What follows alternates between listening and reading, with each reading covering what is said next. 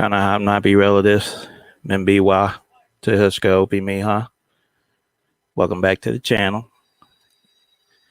And thanks everyone for being here today. We're going to get back into genealogy still first thing. And I believe we are on episode 9. So we've we've come a long way. So me and Legacy gonna keep pushing on this as long as we can. Got Love Legacy in the building, my co-host as always, and we got the brother Kyle joining us today. And you brothers want to say what's up? You can. Peace, peace. Love Legacy, you already know. Love Legacy 500. Check me out on YouTube if you're not already subscribed. Peace. Peace and blessings to everybody. Stay corona free. No doubt. So speaking of the corona, just wanted to say a few words of, about what's going on. Everybody, if you haven't already, try to limit your travels out and about, as much as possible. Go out and get the supplies that you need. Keep stocking up. Like we were talking about the other day on the other video that we did about being prepared. You don't have to go crazy and buy every single thing, but there are some staple things that you do need to have around. So if you haven't had a chance to see the video, go back to the last video I did, and I think A New Breed also did a video the other day talking about this same subject. And I know they're closing down everything and they're shutting it all down and trying to keep us inside for some reason, but we're gonna get through it. So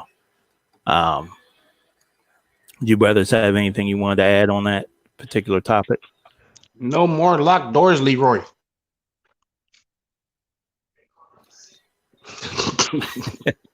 Exactly. But ooh. Yeah, get you one of those. Legacy got a sword over there.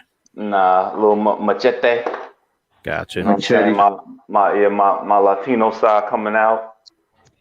It's getting crazy out here. No, but get you some supplies and stuff, man, just in case. It's not even about this. This will blow over, I'm pretty sure, probably a few months. But start supplying yourself with stuff, man. Different things in case you got to get out for whatever reason and go do stuff. You should just start preparing from now on. This is a big warning for us. So I'm starting to grab stuff, man, from Amazon, whatever. And if you're getting packages, man, make sure you sanitizing them as they come in.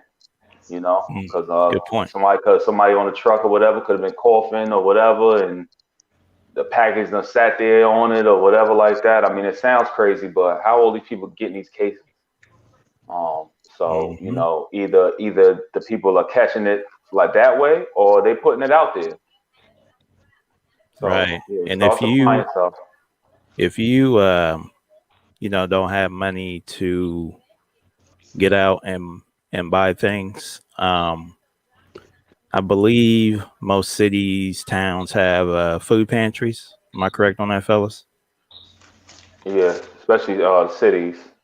Cities definitely have pantries. And if you live in the country, go buy. I'm pretty sure that some of the people at farms give away stuff too, also.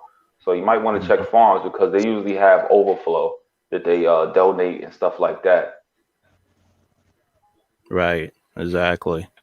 So I mean, me in particular, I have a job where I actually have to go into people's homes, and and they still haven't backed us off of staying, closing us down yet. So I'm gonna protect myself as much as possible, wear gloves, all that good stuff. Keep my distance from people. I don't want to be all weird about it, but you know, I gotta be safe for the family. So, but yeah, Kiowa or Kudamayo, did you have anything you wanted to add on that particular topic? If not, we can get into what we came here for. I just want to say, man, I don't want to get into conspiracies and stuff, but I mean, we gotta understand that whenever the media pushes something, there's a reason. Right. And when do we start believing the media? Do we believe them now? Nope. No. So it's not about of the virus, but it's about what is going to cause, like what they're doing and for what reason. And so look for things to change, laws to be passed, vaccines to be enforced, quarantines. They want to separate us. They don't want us to be connected, man. They know we're thriving up. So Facts. I mean, is it the 5G thing? Is it whatever? But what's really causing people to get sick? Or do you know anybody that actually got the disease? Ask all those questions.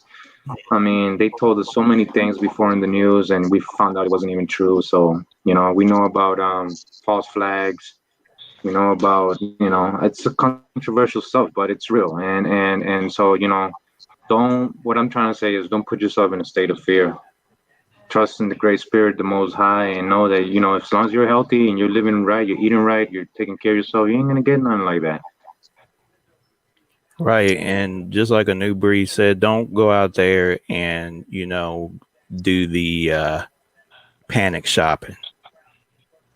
So we all know now that we need to be prepared at all times. So from this point forward, you need to just be gathering your supplies, like normal. We know the things that we should be stocked up on. You should always be prepared for a worst case scenario, and this is definitely not it. But they're trying to empty out the stores because we got greedy people in the world. I mean, that's just the way it is. We got people that's gonna go in there and grab stuff, and then try to sell it for their monetary gain. They don't care about everybody else. So Until they find out they can't eat the money. Exactly. And that's the whole point too, Kyle, because we know this financial stuff is going down the tube. So we're about to switch over to crypto. Deal. We're getting another new deal. I'm about to switch over to trade and barter. So, as long as I got water, food, and things like that. That's what people gonna need. Yeah, we got running water, so right. Not really to worry about far as that. I want to say something real quick Go ahead, before brother. you get started. I just received the census. Oh yeah, talk about that. The census form, and you can go to the census.gov, and you can actually find a sample of it. It's pretty simple. But when it comes to the part about your race, and when you put Indian, you have to put your tribe under there. I'm not sure how that will work if you check it and don't put your tribe. But if anything, they'll contact you. If anything, they'll contact you if there's an issue or whatever. But I don't think you have to put your tribe. So people out there, if you don't know your tribe, I would encourage you to just put American Indian and leave the tribe blank. And then if they contact you or whatever, then just go with what Grandma said until you could correct it later. But it's fairly simple. The form is fairly simple, and I just received it the other day. I haven't filled it out because I haven't really had time to sit down and get to it. But yeah, and if you can, if your mother or grandmother or grandfather, whatever, lives separate from you, but you want to make sure that you're attached, just tell them to not fill it out, and then add them onto yours. That way you don't have more than one census popping up, because if you have more than one census, then it is an issue.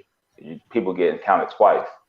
But what you can do is, put them together. That way you don't get lost in the censuses, because there's no telling when your parents or whoever, if they filled out whatever, or if your grandparents filled out whatever. So you want to try to group it together, because that's what I'm going to do. I'm going to put my mother, my brother, and my grandmother with me, with my wife and my child. That way everybody's there. There's no confusion about who's my mother, who's my grandmother. Right. That's a good idea. It's a great idea.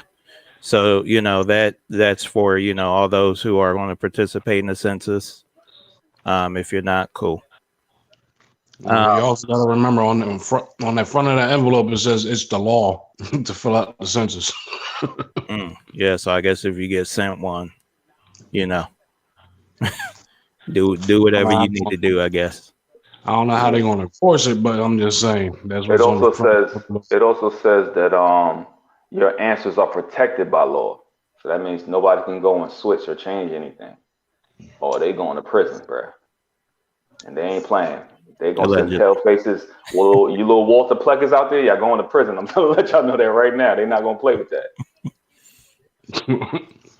So, wanted to say what's up to a few people out in the chat. David Corey, peace, brother. Thanks for being here. Sweet Kajik, peace. Miss Liz Robinson, thank you for being here. Let's see. We got Miss Vicky Simmons. Appreciate you, sis. Thanks for being here. Let's see. We got Sheba Lolo. Peace, sis. Thanks for coming in. Let's see. We also got the War Chief Red Lion. What's good, brother? Thank you for coming in. Let's see. We also got. Let's see if I'm missing anybody here. Forget the birthday girl. Oh yeah, the original Copper Empress Hobart. What's good, sis? Thanks for coming in. Happy B-Day. Got Mr. Elkton Turner. Peace, brother. Thank you for being here. I got R. Rand. Peace, family. Thanks for being here. Got my brother, A New Breed. Honors, brother. Appreciate you being here as well. Let's see if there's anybody else I'm missing. I'm missing anybody. Oh, got Chickahominy Roots. Peace. Appreciate you being here. Rainstorm. What's good, brother? Thanks for coming in. Let's see. Okay. I think that's it in the chat for now. Hey, quick question, right? Yes, Before sir. you get started. Mm-hmm. Being as there's a patent for the coronavirus, right? Mm-hmm. All those who contracted and all those affected by it, do we have recourse to sue? That's a good question. Because, I mean, it's right out there. It's public information. Mm-hmm. So That's interesting. nobody can deny it. So being as the P-Bright, whatever the heck their name is, Institute, patented this virus back in 2015, and they got it on lock till 2031. I think the people should have right to sue, being as they're the ones who put it out. Right. Yeah, but Absolutely. they always have they have loopholes, man. If they can, they'll have you suing the virus and not the people. So Hey, they got cases against money, so why not? Yeah. Yeah. All right, y'all. So let me get the screen share up and we will get into. So what I wanted to do is I wanted to finish up on the Brown family. And then I was talking with Kuda Mayo earlier, and we haven't done the Johnson family history. And he shared something with me that he put in a previous video that I would like to try to cover here today if we get the time. So let me get the screen share up and we will get this rolling.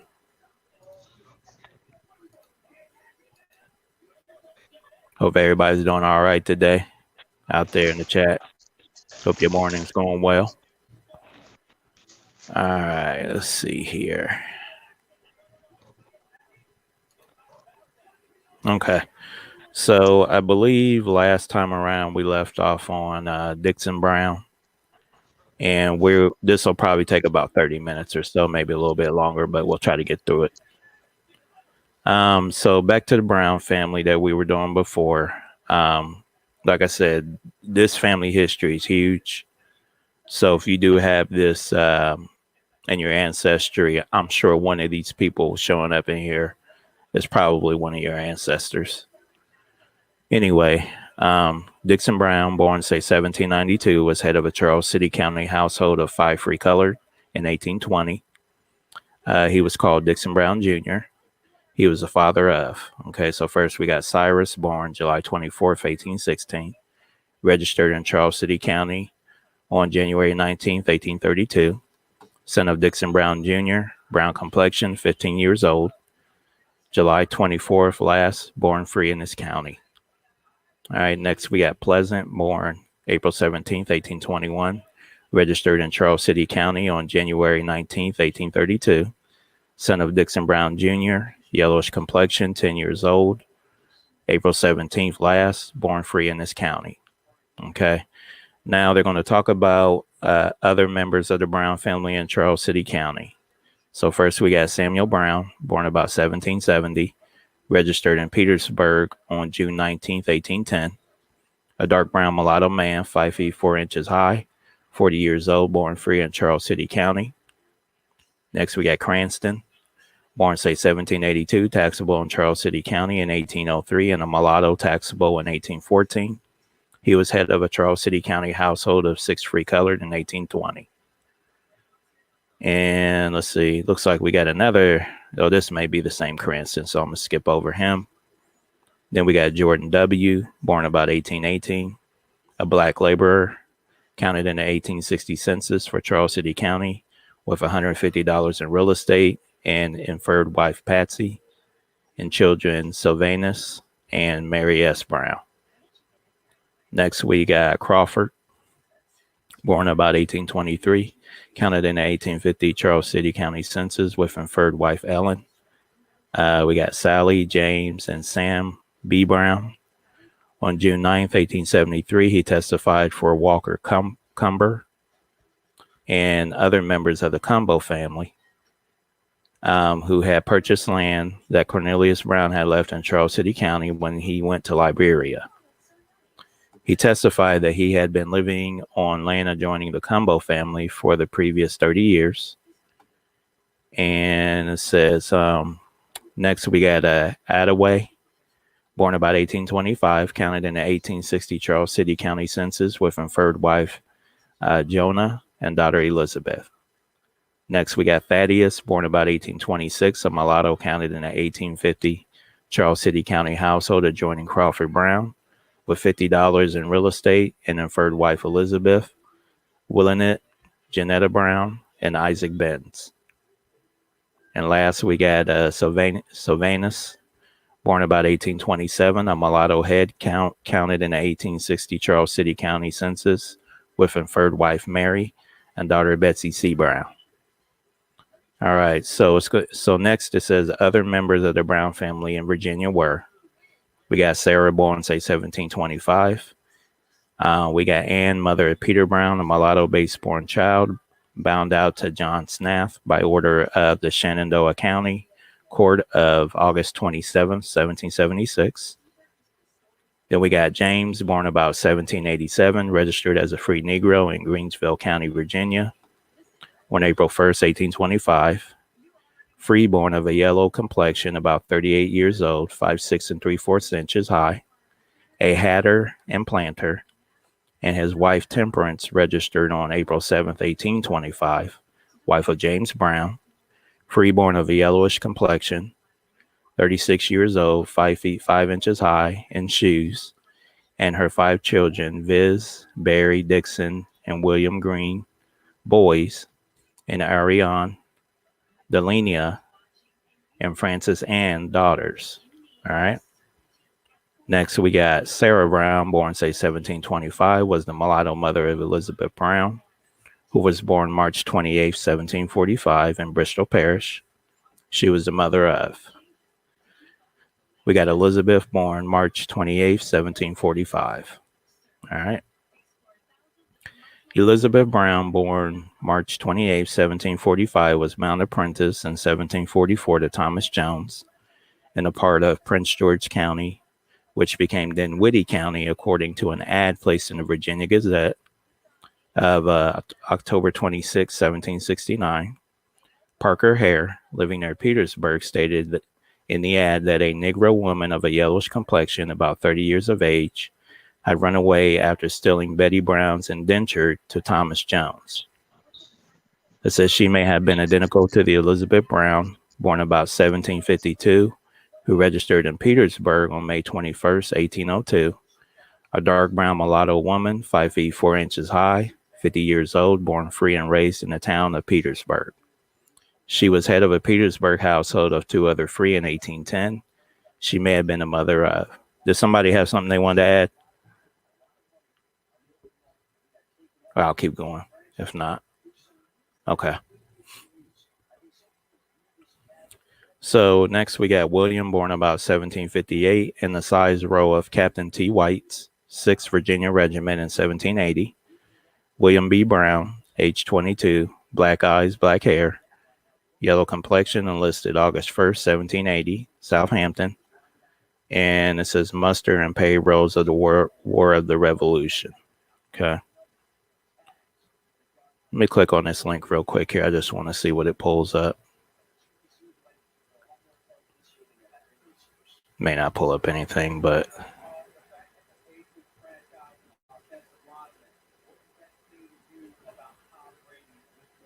all right. Yeah, we'll keep it moving. I'm not sure what that is, but I'll post this this link in the description so you guys can check out some of these little links in here. All right, next we got James, born about 1763, a native and resident of Dinwiddie County on June 6, 1782, when he enlisted in the Revolution and was sized the same month. Age 18, 5'6", high yellow complexion. And then it says the Chesterfield supplement or size row of troops at Chesterfield Courthouse, the Library, Virginia. Okay. Hey, next week. Yes, sir. Go back to what was that, James? Mm-hmm. Yeah. Now, how do you think what sense of the word native do you think they're using there? That's a good question. I think they're just saying that he was born there, but if he's born in 1763 in Dinwiddie County, I would say that he's probably a Saponi. More than likely. Yeah, more than likely. Agreed. All right, so next we got Charles, born about 1764, registered in Petersburg on June 30th, 1804. A dark brown mulatto man, 5 feet 7 inches high, 40 years old, straight and well made, born free and raised in the county of Prince George. Next we got John, born about 1768, head of a Chesterfield County household of 8 other free. Excuse me. In 1810, he may have been identical to Jack Brown, husband of Nancy Brown, who registered in Petersburg on January 26, 1798. Light brown mulatto woman, short bushy hair, 5 feet high, 27 years old on December 9, 1797, daughter of Elizabeth Munns of this town, of a free woman, and now wife of Jack Brown, a free man. All right, so you guys pay attention to these dates as well. And this is what I mean when I keep saying that, you know, we were around way before the African trade slave story. So, you know, they keep trying to push the story further and further, you know, back. But we all remember and know, you know, that originally it was supposed to have been started in, you know, late 1800s. So we're reading, you know, numerous accounts of families that were here way, way, way before, you know, that slave trade story was supposed to have happened. All right. So next we got Sally, born about 1781, registered in Petersburg on August 15th, 1800. A brown mulatto woman, 5 feet 7 inches high with bushy hair, 19 years old, born free and raised in the county of Prince George. All right. Let's see. So next we got Bertie County, North Carolina. So now we're going to get to North Carolina Browns. So we got Francis Brown, born, say, 1720, was a witness with Benjamin Wynn to the deed of which Gabriel Manley purchased 100 acres of land in Bertie County in 1742. Francis was head of a Bertie County household in 1758 and 1759, counted with Moses Manley as 2 black taxables in the list of John Brickell. In 1759, this part of Bertie County became Hertford County, which lost most of its early records and courthouse fires of 1830 and 1862.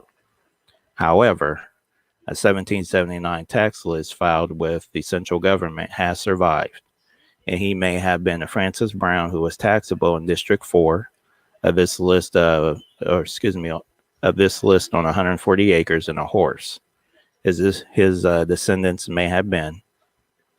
We got John born, say 1750, perhaps the John Brown who was taxable on one pole in Hertford County in 1779. He received a patent for 260 acres on Hardy Pace's Mill Swamp in Northampton County, North Carolina, on October 29, 1782, and purchased 30 acres adjoining this on Urahaw Swamp in October 1798. He was head of a Northampton County household of 5 other free in 1790. Number 2, we got William, born about 1754. Robert, born, say 1755, head of a Northampton County household of 7 other free in 1790 and 3 in 1800. Perhaps his widow was Mary Brown, born before 1776, head of a Northampton County household of 6 other free in 1810 and 4 in Halifax County, North Carolina in 1830. On March 3rd, 1818, the Northampton County Court ordered her to show cause why her children, Aaron and Allen Brown, should not be bound apprentices. Next, we got Beverly, born, say 1760, married Hannah Parham, November 15th, 1785, Greensville County, Virginia bond, William Batt security. They were married November 20th by Reverend William Andrews, a Methodist minister. Beverly was living in Greensville County on March 27, 1788, when the sheriff credited him for overcharging tax on 5 more horses than he owed in 1787. He was head of a Northampton County household of 6 other free in 1810. The June 7, 1812 session of the Northampton County Court ordered John and Fanny Dungill, children of color, bound to him to be a blacksmith and spinster, respectively. William Walden provided security of £500 for the indenture. He was declared an insolvent debtor in District 6 of Halifax County on August 15, 1842. Next, we got Allen, born about 1770, a mulatto living in a poorhouse in Hertford County in 1850.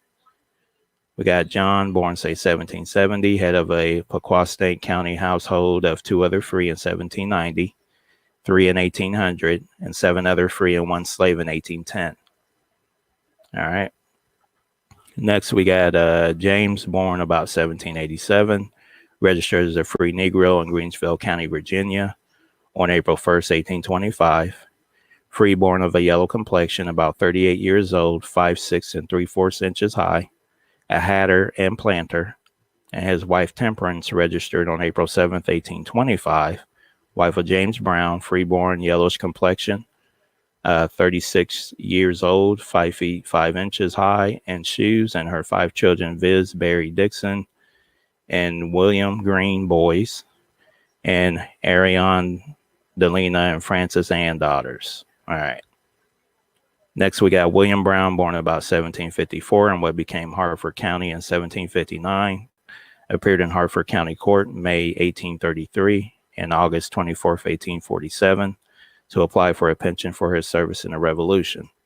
He stated that he was drafted for 9 months in January 1779 in the Hartford County Militia under Captain Harris, marched to Kinston, then marched to South Carolina under Captain Roundtree.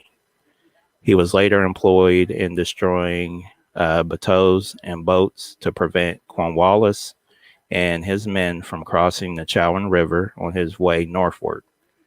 He remained in Hartford County after the war. Major Isaac Carter testified that he had seen William doing duty with the troops and that William had lived with the family of his wife's father. Says William was listed as a draft from Hertford County on November 5th, 1778. He was counted in the 1820 Hartford census entry blank, with 2 in agriculture, and head of a household of 8 free colored in 1830. His December 1848 Hartford County will was proved in February 1849 with Daniel Valentine as executor, He named his wife Margaret and children Isaac, Winnie, Rebecca, Tylee, Armessa, Jeremiah, and Alan Brown. He was the father of. So before I read the children's name, did you guys have anything you wanted to add in from the information we've been reading so far? Panel. I just see a lot of Indians. I'm glad you came across that Roundtree. I have somebody that's doing genealogy, so now I could have a deal at that Roundtree. Name is in Virginia, but yeah, people when he's going through this, don't just pay attention to the Brown family. Pay attention to the other families that are marrying in and stuff like that. Right. It's very important that you pay attention to that also, because you may come across both. Say you see somebody up there, you're like, oh, that might be an ancestor. Pay attention to who they married, things like that. Also, I see the with the indentures, how they were able to contest them and different kind of things like that. So sometimes, man, when you see people being sold and all this other stuff, maybe there's more paperwork that has to do with that also, especially if they don't have the same name as the so-called slave master. A lot of times, which mostly that's what I see. Mostly I see a person have a different last name Mm-hmm. Yeah. and having this person is supposed to be the slave master. So to me, that means that they were contracted. But then sometimes you see them with the same last name. So you just have to look at those things, and you can't assume all the time. Some of these people were all colored. The so-called slave master was colored too. We just automatically think white, especially when you're doing genealogy. You have a lot of these so-called white people, and what they do is they got there before us. And what they'll do is they'll attach an American flag, a white photo on a person, and you just assume that that's what they were. You have to do your research and make sure you can't go on what anybody says, not a cousin, not anybody. When it comes to genealogy, because people want it to be what they want it to be. So you're not paying attention to those so-called white people, and behind that white person is an Indian, if they're even white at all. So that's my spiel. Right. And that's why I keep doing the correlation between some of these family surnames and these Indian tribes, because a lot of them get, they end up showing that, that their family was that original Indian tribe. And then, the colonizers basically changed it because they, couldn't spell it or whatever the case may be. So just wanted to throw that in too. All right. So the children, oh, my bad. I just want to add that but a lot of these descriptions, it's almost clear like that mulatto is not talking about a color, because they'll say dark brown mulatto man. So which one is it? Is it dark brown or is it mulatto? Oh, and what is the color of mulatto? So like it's almost like we know they were calling Indians mulatto in census. So it's almost like they're saying dark brown Indian man. We got to know the terminology. Exactly. You hit it right on the head, couldn't man? Because I agree with you. So I mean, do we really? So I know they tell us what mulatto means, but is that really what it means? That's why I always say, man, we have to start overstanding the information. Like stop falling for the the hijack. That they're trying to hijack with all these words. These words are spells, and we got to see through it. We got to see past it. We got to go into a deeper understanding of what things mean. I'm sorry, Legacy. Go ahead. I mean, my great grandmother was dark skinned. She was darker than you, Opie. Mm-hmm. And she was listed at one time as a mulatto. Exactly. And then you got a black parent and a mulatto, and it's just a whole lot of it's just nonsense, man. They just try to confuse you and get you lost in all these words. It really just means Indian, man. That's really it.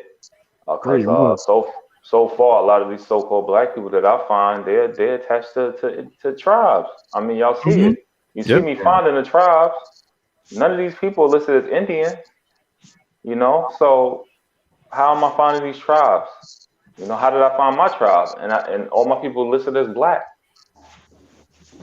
So Another way, the way you can look at that word mulatto, because then they at one point mulatto was exclusive to Indian, Yep. and then mulatto also comes from mule. Was a mule used for work to help work the land?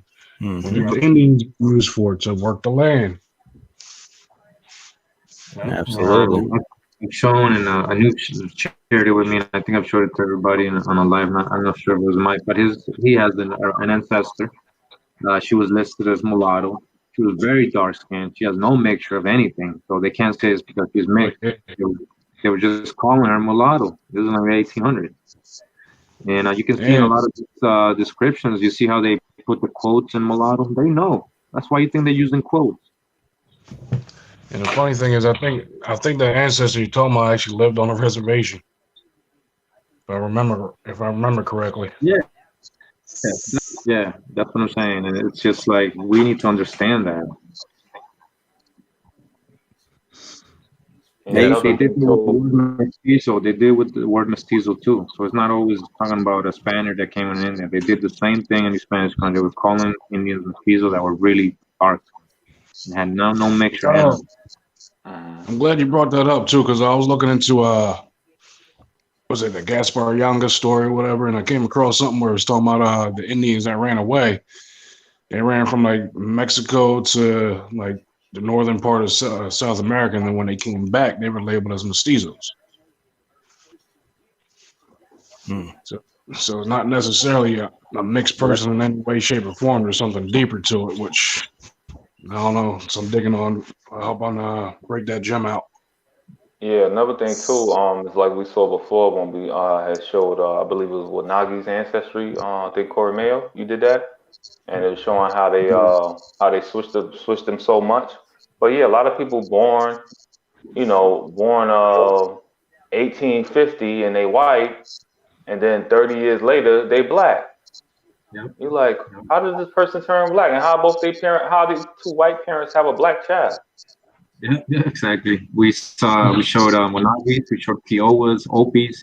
All of them had changes in 10 years, uh, streams from white to black. So that's what I'm saying. Even Warshif, the chat just said that his ancestors were being called mestizo. Another thing too, I just want to say too, because I know people probably, may have a closed mind on certain things, or misunderstand about certain things. Just because we're in the same tribe does not mean that we are related in that way. We're related distantly in some ways, but it doesn't mean like we're from the same family Right. within the tribe. We all have different genealogies. We all have different stories. So I just want to put it out there. Just because you're in the tribe doesn't mean that you're related in that way. So yeah, because I'm pretty sure there's some people that misunderstand that. Oh, tribe is pretty much a family and stuff like that. No, tribe is numerous families, numerous families. So I just wanted to put that out there so people don't get lost thinking, okay, well, they just talking about they people and it's that they're our people are many different people. So, the whole I'm a blooded Indian and all this other stuff and Indian blood and all that's European talk. All that's European ways of thinking and all of that. We all come from different places and some of our family members were in other tribes and then their ancestors was in other, they got thousands of ancestors and this person got thousands. It's so many grandparents and what I'm saying in just a few generations. So we just can't break it down like that to where, oh well, they just talking about their tribe. No, no, we talking about thousands of tribes because we have thousands of ancestors. So, I just want to put that out there also. And we not and we don't just have one line. All of us have numerous lines connected to the tribe. So it's not like we just got this one line on our tree or two lines on our tree and we're saying we Indians. No, no, we're like at least 70% of our ancestors, if not more, are just suing alone. Yeah, and and my whole thing has always been with this show that we do. Um, legacy is just to show people that, for me anyway, that your people have been here, whatever you want to call them, what if you decide to move further with this and, join an Indian, to join into a tribe, if you decide not to go that route. My whole thing with this has always been, and I say this almost every video, is to show you that we have always been here. We were here way before this African slave trade story. These families go back, to 1600s and, sometimes farther back than that. But, we records only go back so far, so, you're not going to find, you're probably more than likely not going to find somebody that was around in the 1300s because, I honestly don't think they were recording things this way for us to, to find. Who knows? Maybe one day somebody will release something and, it'll start to show that information. But for now, we can only get so far back. And if your people were here in the 1600s, I mean, they had to be here way back before that. So, I mean, that's the whole point of this for me. Yeah, and one last thing, and then let you go ahead. I haven't seen any so-called Native Americans, the stereotypical Native American, in our tribe. I see some in the Catawba in South Carolina, but understand that they have joint ancestry, but they also have different ancestry because you have people that was coming from the south into South Carolina, North Carolina. So, and not saying that they're not indigenous, but I'm saying the stereotypical um, look that's supposed to be a Native American or Mexican or whatever. I have yet to see in my tribe. I have yet to see it in a Haliwa Saponi or any other tribes connected to us. I just see Negroes and whites and Negro white mixed. So if that's a Native American to you, then okay. But yeah, I haven't seen it. I just see Negroes and white people. That's it. If you seen anything else, Opie, let me know. Yeah, no doubt. No doubt. I think Kyle got booted. Let me get him back in. All right, y'all. I'm going to finish this up. William Jr., head of a Hereford County household of 8 free colored in 1830. We got Isaac, a 26-year-old mulatto, Cooper, in Barsha Reynolds' household in 1850 Hereford County census. Then we got Winnie, Rebecca, Tylee, Armisa, Jeremiah, and Allen. All right, y'all. So that was the Brown family history. So we made it through it. Like I said, we had to do 2 parts because it was so long, but that's what I wanted to, I had a couple people asking about the Brown family history because they have been finding it in their ancestry. So, it's definitely important to do. I'm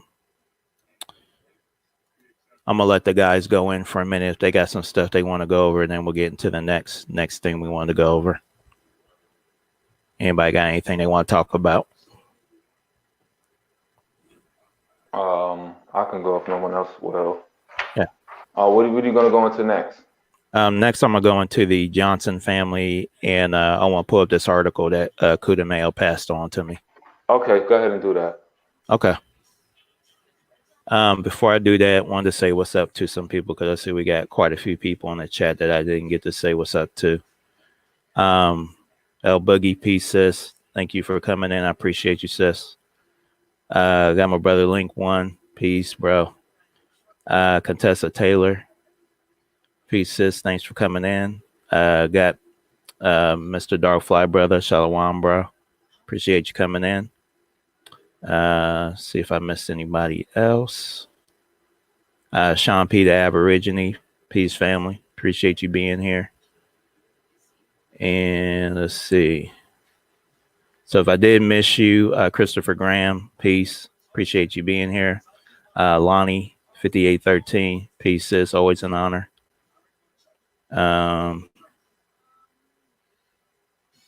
Let's see if I missed anybody else. All right. I think I got everybody. Wanagi, peace, brother. I said what's up to you earlier, but I didn't get to shout you out. I'll also see Denise Howell, Shalom family. Peace. All right, y'all. So I wanted to, next thing I wanted to go into was the Johnson family history.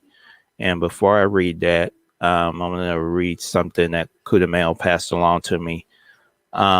He actually did this video. I'm going to blow this up a little bit so y'all can see it.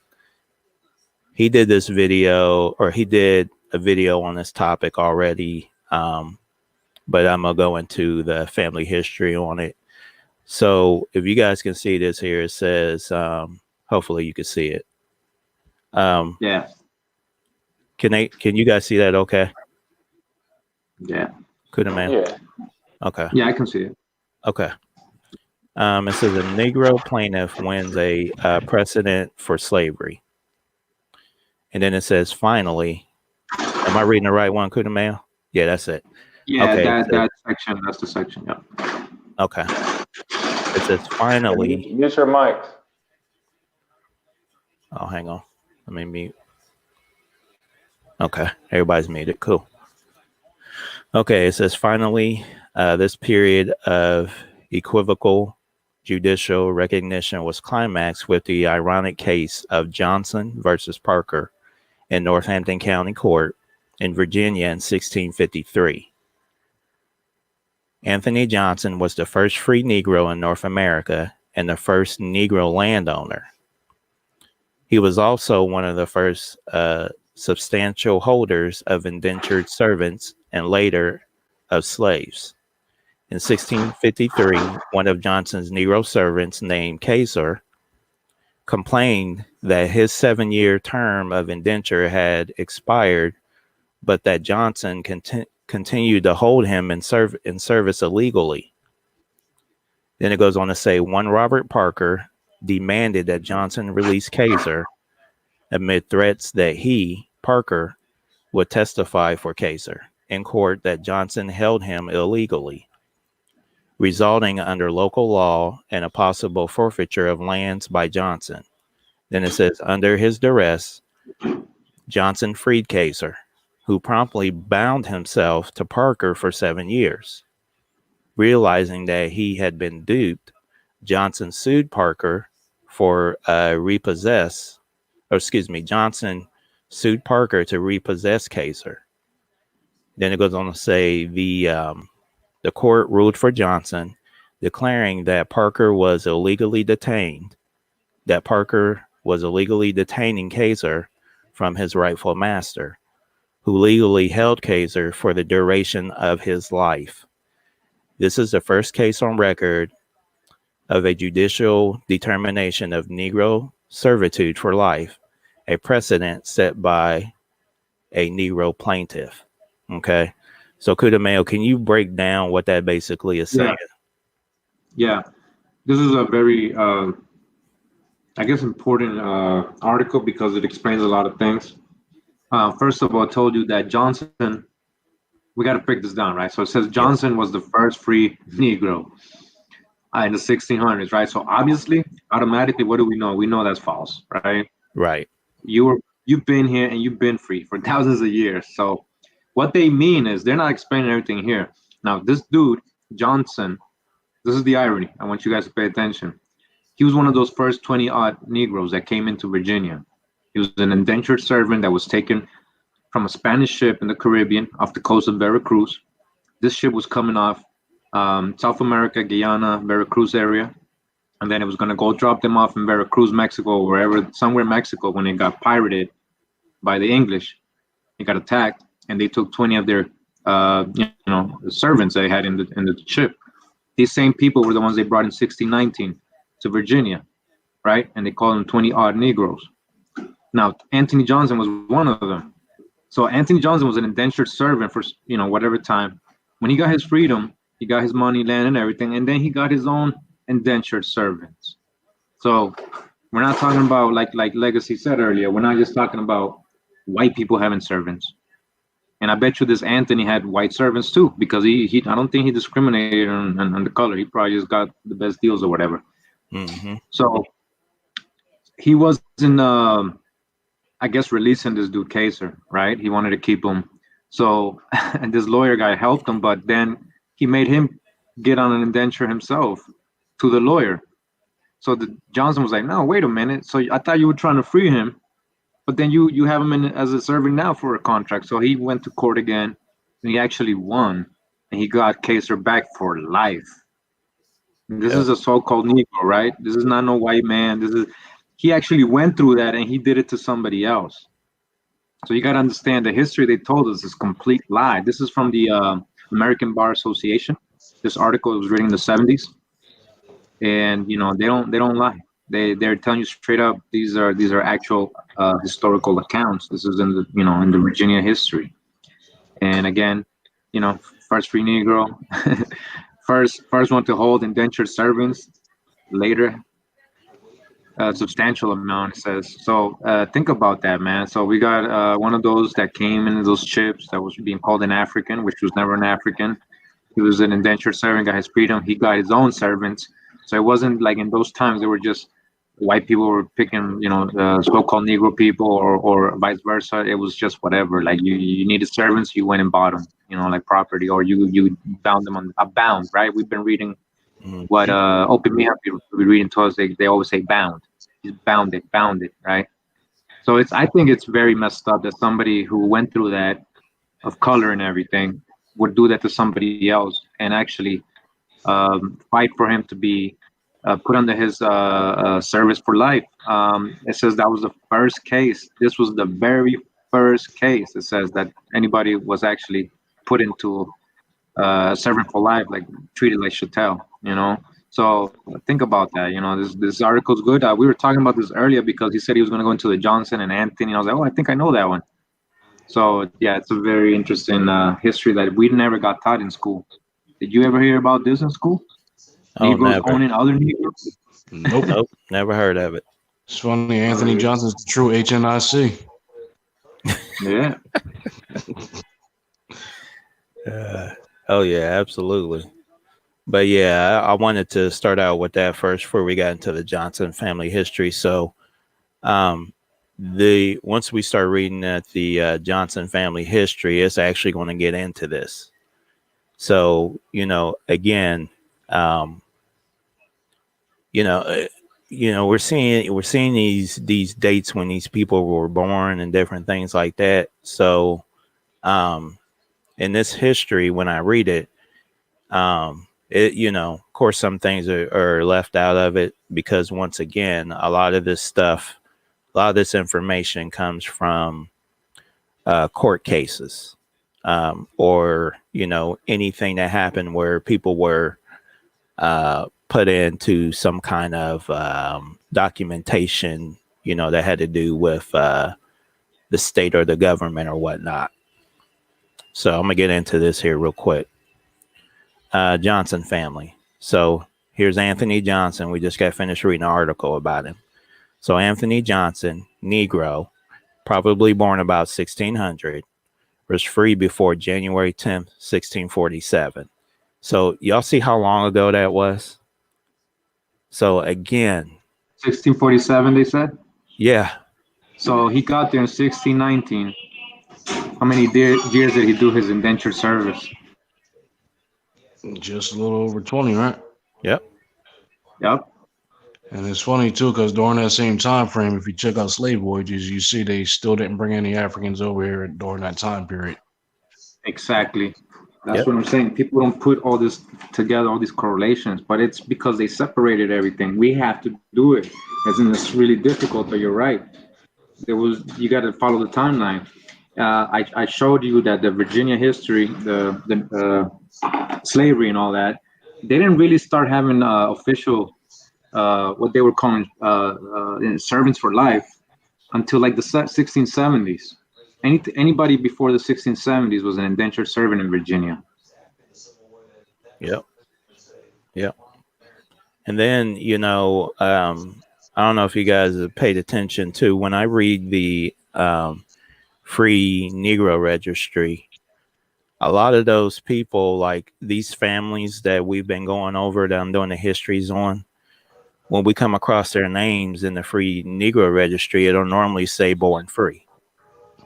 And then the ones that aren't in here, they'll say they were emancipated.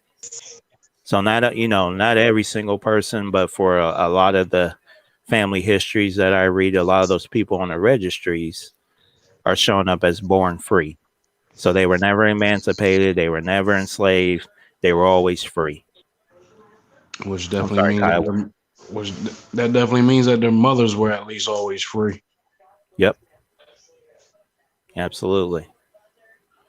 All right. So Anthony Johnson, Negro, probably born about 1600, was free before January 10th, 1647, when he purchased a calf from James Berry by deed, proved in Northampton County, Virginia. He patented 250 acres in Northampton County at Great Naswatuck Creek for the transportation of 5 persons, including his son Richard Johnson. On July 24, 1651, his wife Mary and their 2 daughters were excused from paying taxes by the Northampton County, Virginia court on February 28, 1652. And it says they had been inhabitants in Virginia above 30 years, ordered that from the day of the date hereof, the said Mary Johnson and 2 daughters of Anthony Johnson, Negro, be disengaged and free from payment of taxes. That's So back in 1652, bro. He was the Negro tax free. Yeah. Yeah. I mean, how? Negro non-taxed. I'm just saying. Just saying. But they trying to make Negro his last name, it looks like, too. Right. Anthony Johnson Negro, like his middle name is Johnson. Right. So now we're going to get into John Kaiser, his Negro servant. Okay. His Negro servant, John Kaiser, attempted to gain his freedom by claiming that he had been imported as an indentured servant. In 1653, Kaiser appealed to Captain Samuel Goldsmith, who tried to intervene on his behalf, but Johnson insisted that he had ye Negro for his life. And that's what Kudameo was just explaining about. Johnson's wife and children tried to persuade him to release Kaiser, and his neighbor, Robert Parker, and that's the guy we was just talking about that sued him, apparently allowed Kaiser to stay on his property. However, Johnson brought suit in Northampton County Court against Parker in 1654 for detaining his Negro servant John Kaiser, and the court upheld Johnson's right to hold Kaiser as a slave. Okay. In 1665, he and his wife Mary, his son John, and his wife Susanna, and their slave John Kaiser moved to Somerset County, Maryland, with Randall Revel and Ann Toft, who claimed them and many whites as head rights for 2,350 acres of land. Wow. Anthony and his wife sold 250 acres of their own land, left 50 acres to their son Richard, and took 14 head of cattle, a mare, and 18 sheep with them. On September 10th, 1666, he leased 300 acres in Somerset County on the south side of Wicomico Creek and Wicomico 100, called Tony's Vineyard, for 200 years. Any of y'all heard of that? Tony's Vineyard? No, I'm gonna look into that because I live right here in Wicomico County. No, but I know that's the shore. That's Virginia Shore. Yeah, Also Wicomico. My bad, Kiowa. That's actually a crowd.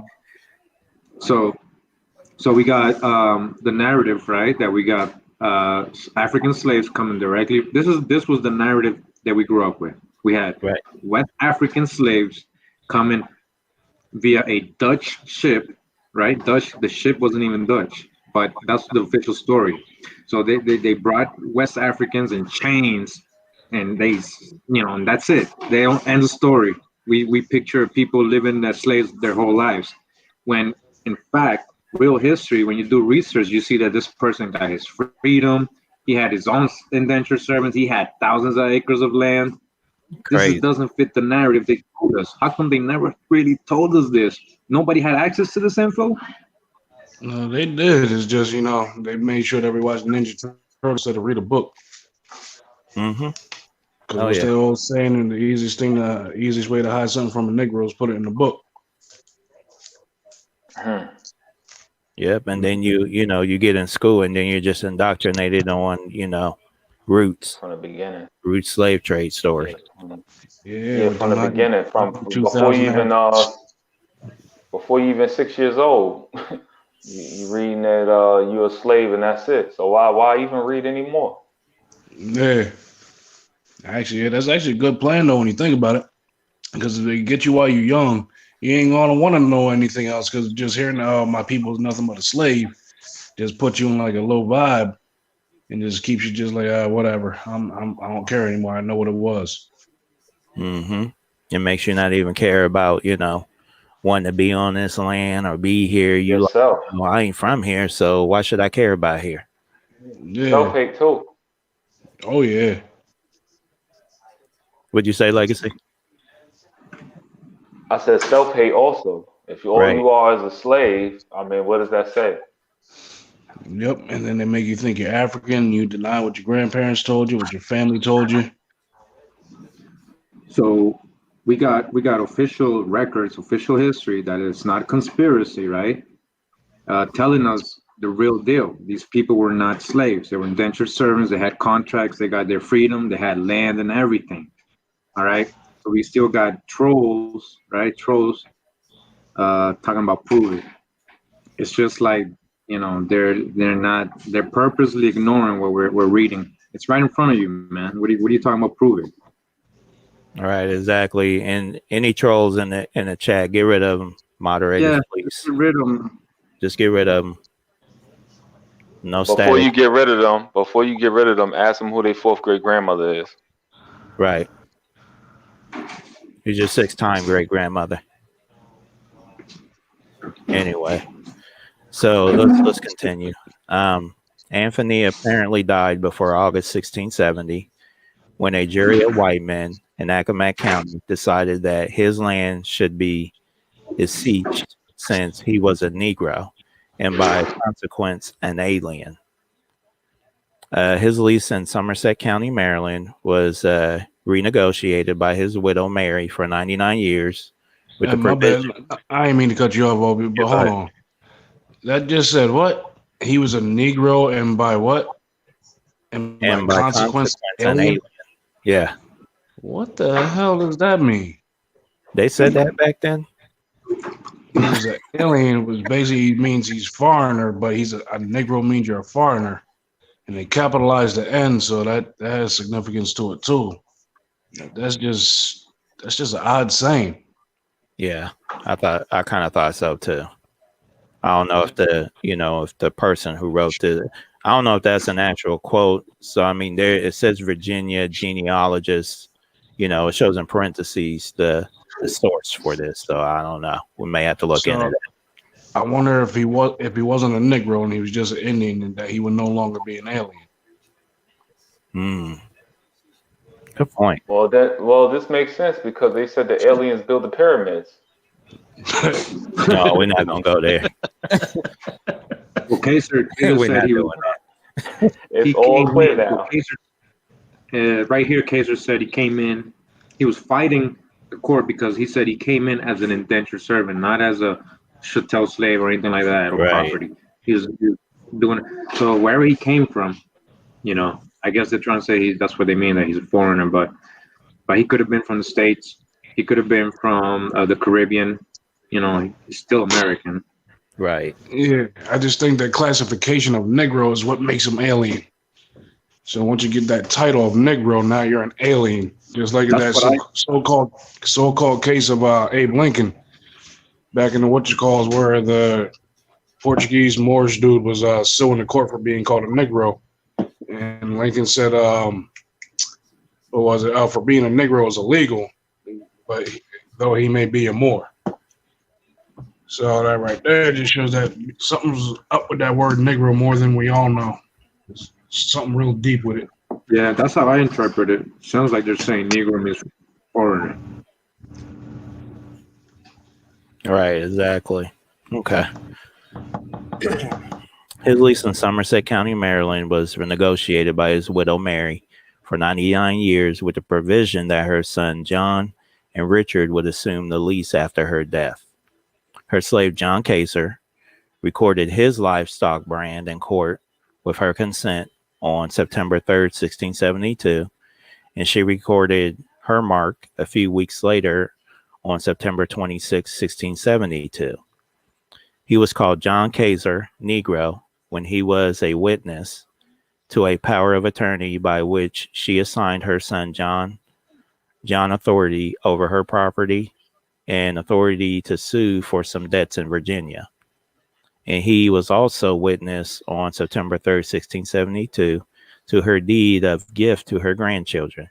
She called herself Mary Johnson Negro, the relict of Anthony Johnson Negro deceased, in the deed by which she gave cattle to her three grandchildren, Anthony, Richard, and Francis. She was called Mary Johnson of, how you say that, Kiowa? That's what. Wikamiko? Did I get it right? That's a little deeper. Wakomako Moko or something like that. That's further west. That's the Indian tribe, isn't it? Yeah. That's not the tribe. Okay. It's like right there in that little deep break in Maryland where the Chesapeake comes in. Gotcha. Okay. And then it says in July 1676, when she purchased a mare and assigned it to John Corosala, her slave. So now they're spelling his name all crazy. Yeah, I looked it up. They saying that it comes from Spanish and Italian. Yeah, I mean, Kazara. It's because well, they probably took him from Spanish, Right? You know, or maybe he was from a Spanish Moor. You never know. But I think that was the original name. Then Kaiser. It was probably switched to Kaiser eventually. He was a Kaiser. And it says she was called executor of Anthony Johnson, deceased on January 17, 1690, when Edward Revel acted as her attorney in a suit she brought against Accomack County Court. She was living in Sussex County, Delaware, in March 1693-94, when Mary Oakey appeared in court to support her complaint that her son John was not maintaining her as he had promised. The children of Anthony and Mary Johnson were, we got John, say 1631, Richard, born about 1632, a daughter excused from paying tax by the February 1652 Northampton County Court, perhaps of Joan Johnson, who in 1657 received 100 acres in Northampton County from Diabinda Bay, king of New Saints. I wonder what that is. I'm gonna have to look into a lot of this stuff on this particular family. Yeah. So somebody in the chat said that the Wako, it is a tribe, the Wako Moko. Mm-hmm. Yeah. Come on. Yeah. All out Algonquins. Yeah. Being land next to her brother John. Okay. A daughter. Indian land. Right. Yeah, a lot of land. Yeah. It says a daughter excused from paying taxes by the February 1652 Northampton County Court. Next, we got John Johnson, born, say, 1631, received a grant for 550 acres in Northampton County on May 10th, 1652. A great Naswatic Creek adjacent to 200 acres granted Anthony Johnson for the importation of 11 persons, including Mary Johnson. He received this patent after suing a white resident of the county, also named John Johnson, who tried to illegally take possession of the land. Oh, so you mean to tell me that Negroes was winning court cases? Yeah, that's what I'm saying. They're supposed to have been slaves. That's what I'm saying. Granted, what does that mean? And is this the same Mary Johnson that was married to Anthony, or I because it think says he's that one of their kids. this was right next to? It just told us this was right next to Anthony Johnson's acres. So maybe he Yeah, got her from there. He met her there. yeah, some of the 2,000 acres that he had. And then the fact that it says granted, I know they granted a lot of lands to like tribes that were in amity with England or whoever the opposing force was, or the encroaching colonizers anyway. Yeah. Okay, and then it says in 1660, he was head of a household of 2 title bulls in Northampton County called John Johnson Negro. He and his wife Susanna sold their land in 1664. And it says in November 1654, he and Mary Gershine, an African American servant of his father, were punished for fornication. That's weird. And then on January 17, 1664-65, his wife Susanna petitioned the Northampton County Court to release him from jail, where he was held for begetting a child by Hannah Leach, who was probably white. And then it says in 1665, he moved to Somerset County, Maryland with his parents. He was called John Johnson Negro on March 11, 1667-68, So when they really he... turned his last name into Negro. I'm sorry, that trips me It's out. so weird, yeah. I know, it's Wow. crazy. When he and 2 white men, Alexander King and John Richards, were charged in Somerset County Court with stealing corn from an Indian named Catacutweek. Yeah, you got to take time on that one. Yeah. They confessed their guilt and were ordered to deliver 2 barrels of corn to the king of the Monacan. Wow. Oh, The so he was the Monacan. king of Monacan. Mm-hmm. Wow. Interesting. So they didn't want to grow their own food. Let's take the Indian. Let's take their food. They grow it. Right. Kyle, do you know where this town is? Does it still exist? I actually know, What but town? I'm gonna definitely look it up though. What town? Monacan town. Monacan, Monacan Oh. town. especially if they change it over to That's in Monacan. Maryland. It's Yeah. probably Somerset County, I think that's to the west of me over on. Yeah, I think that's near Cambridge. Okay. It says John was sued by Randall Revel in Somerset County Court for a minor debt on January 13, 1674-75, and appeared as a witness in a court case against Revel. The justices were at first doubtful about admitting the testimony of an African American against a white person. However, his testimony was allowed after he assured the court that he was a Christian and did rightly understand the taking of an oath. He gave his age as 37 in his deposition in 1670. He testified again in 1676 and was witness to several deeds.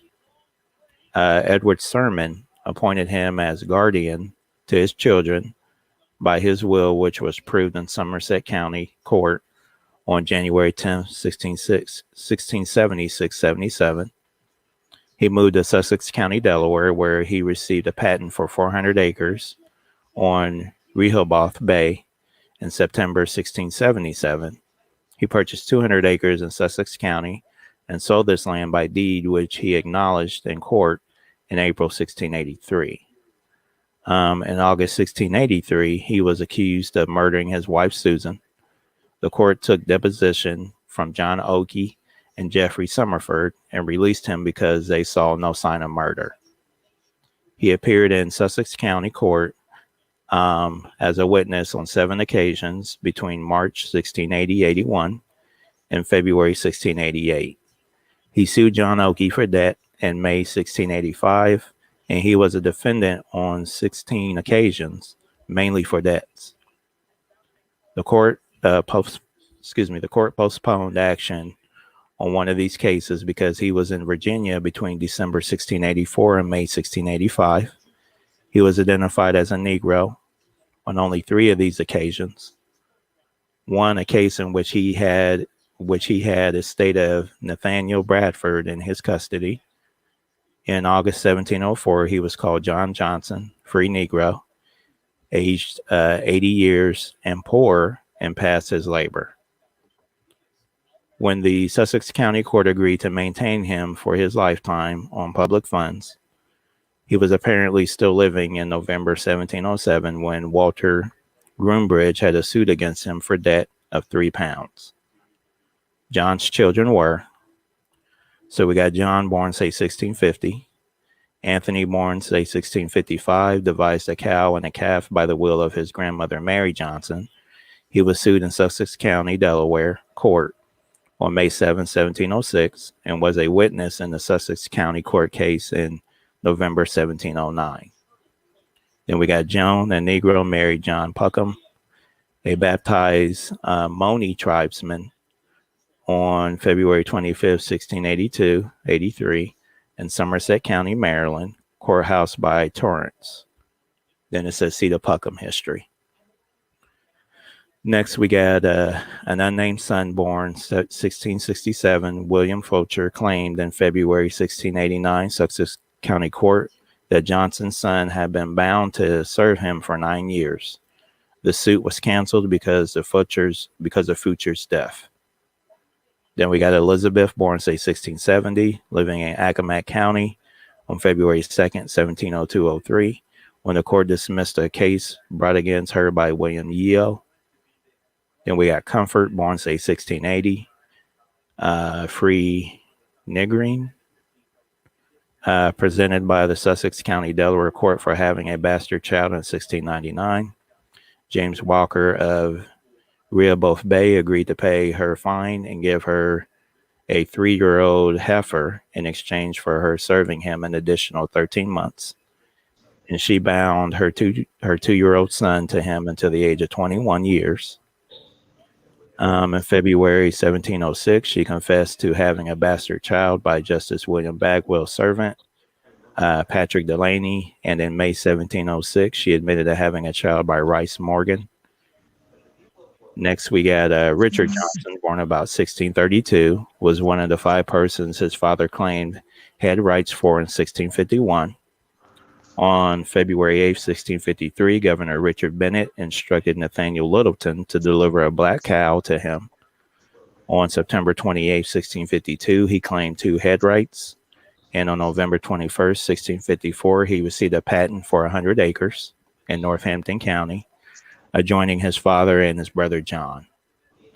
On January 19, 64, he brought suit in Accomack County Court against Richard Buckland.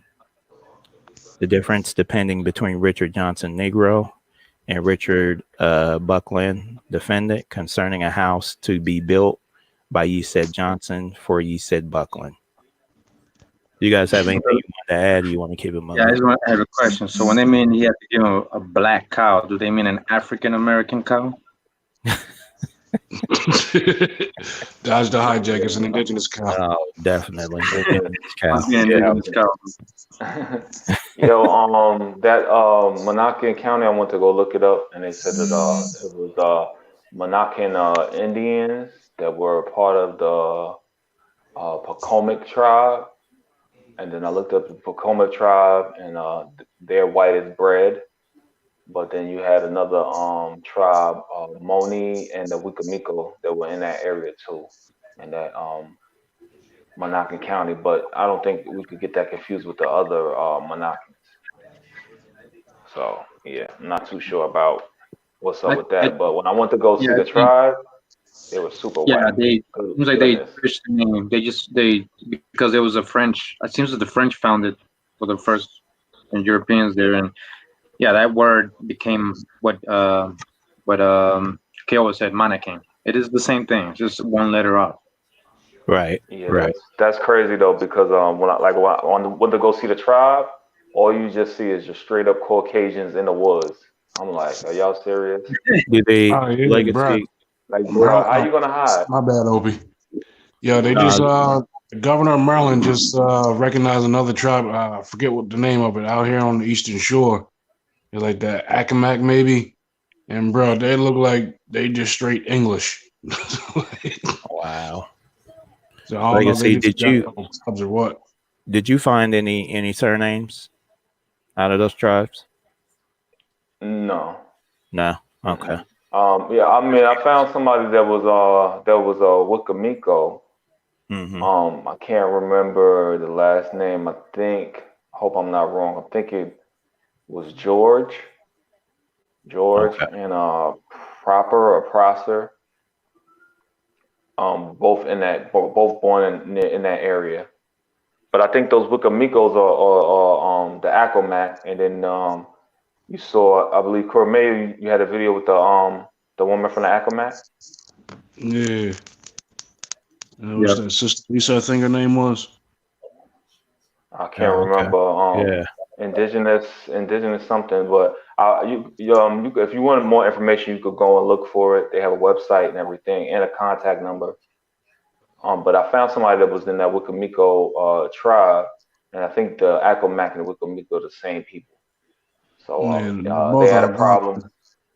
Yeah, but I think the Wikamiko moved west, close, like moved out west. I think Kentucky or Tennessee or something like that.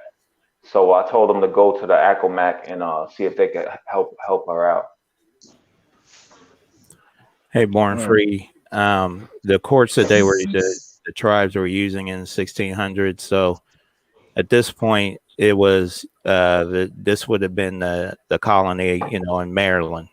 So they would have been using their courts for this case that I'm reading, or Yeah. wherever the family is, Yeah. they're using that colony's court system. The county courts, the state courts, yeah, at Right. that time, whatever was there at that time. Right. But the point is, they were able to do that. How can slaves go to court and fight? Right. And that's the point. Right. Without a lawyer on top of that. Yeah. You just go in and represent yourself and plead your case. Yeah, walk in there with that black power. Yeah, especially when you got that last name Negro, you the HNIC around this joint. Yeah, that's crazy. Real quick before we continue, I wanted to say peace, Sister Bethy. Thanks for coming in. Born Free, appreciate you, relative. Thanks for showing up. Copper Skin King, peace. Thanks for coming in. Kill Your Joy, thanks for coming in. Appreciate you. The Souls of Our Ancestors, peace. Thanks for coming in. And we'll keep it moving. Okay. It says he remained in Accomack County on 50 acres left to him by his father when his father took the rest of the family to Maryland.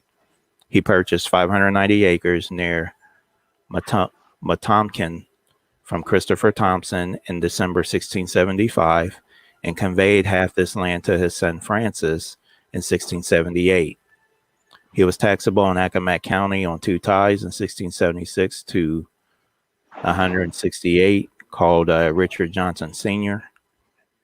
He was involved in he was involved in a number of court cases in Accomack County.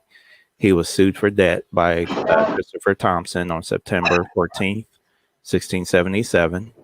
And then on November 17, 1681, his suit against his son Richard Johnson Jr. was dismissed.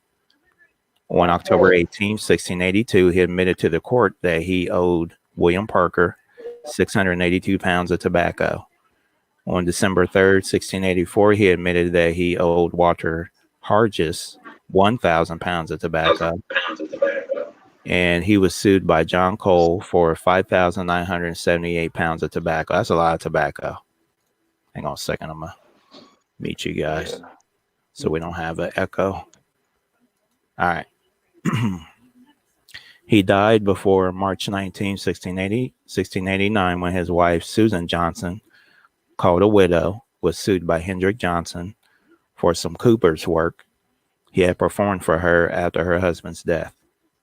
She came into court to give account of the estate of William Silverthorne, which included several yards of linen lent to Richard Johnson Negro since deceased. She may have been white since their son Richard was called a mulatto, and we don't know if that's true or not, so that's a hijack. Their children were Francis, born, say, 1655, received a calf by his grandmother's September 3rd, 1672, Somerset County deed of gift. He apprenticed himself to George Phoebus in Somerset County for 3 years to be a cooper in November 1673. He moved to Sussex County, Delaware with his uncle John Johnson by September 8, 1658, when he was summoned as a witness in a court case between William Foucher and John Crew. He sued Henry Stretcher in Sussex County Court in November 1686, and he was called Francis Johnson the Negro.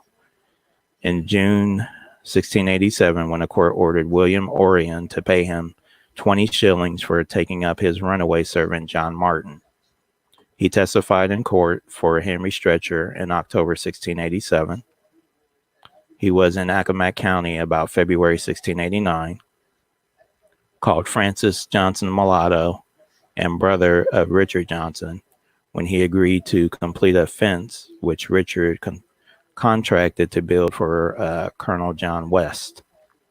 In 1689, he sold the land in Accomack County, which his father had conveyed to him in 1678 to order to pay a debt of 6,000 pounds of tobacco.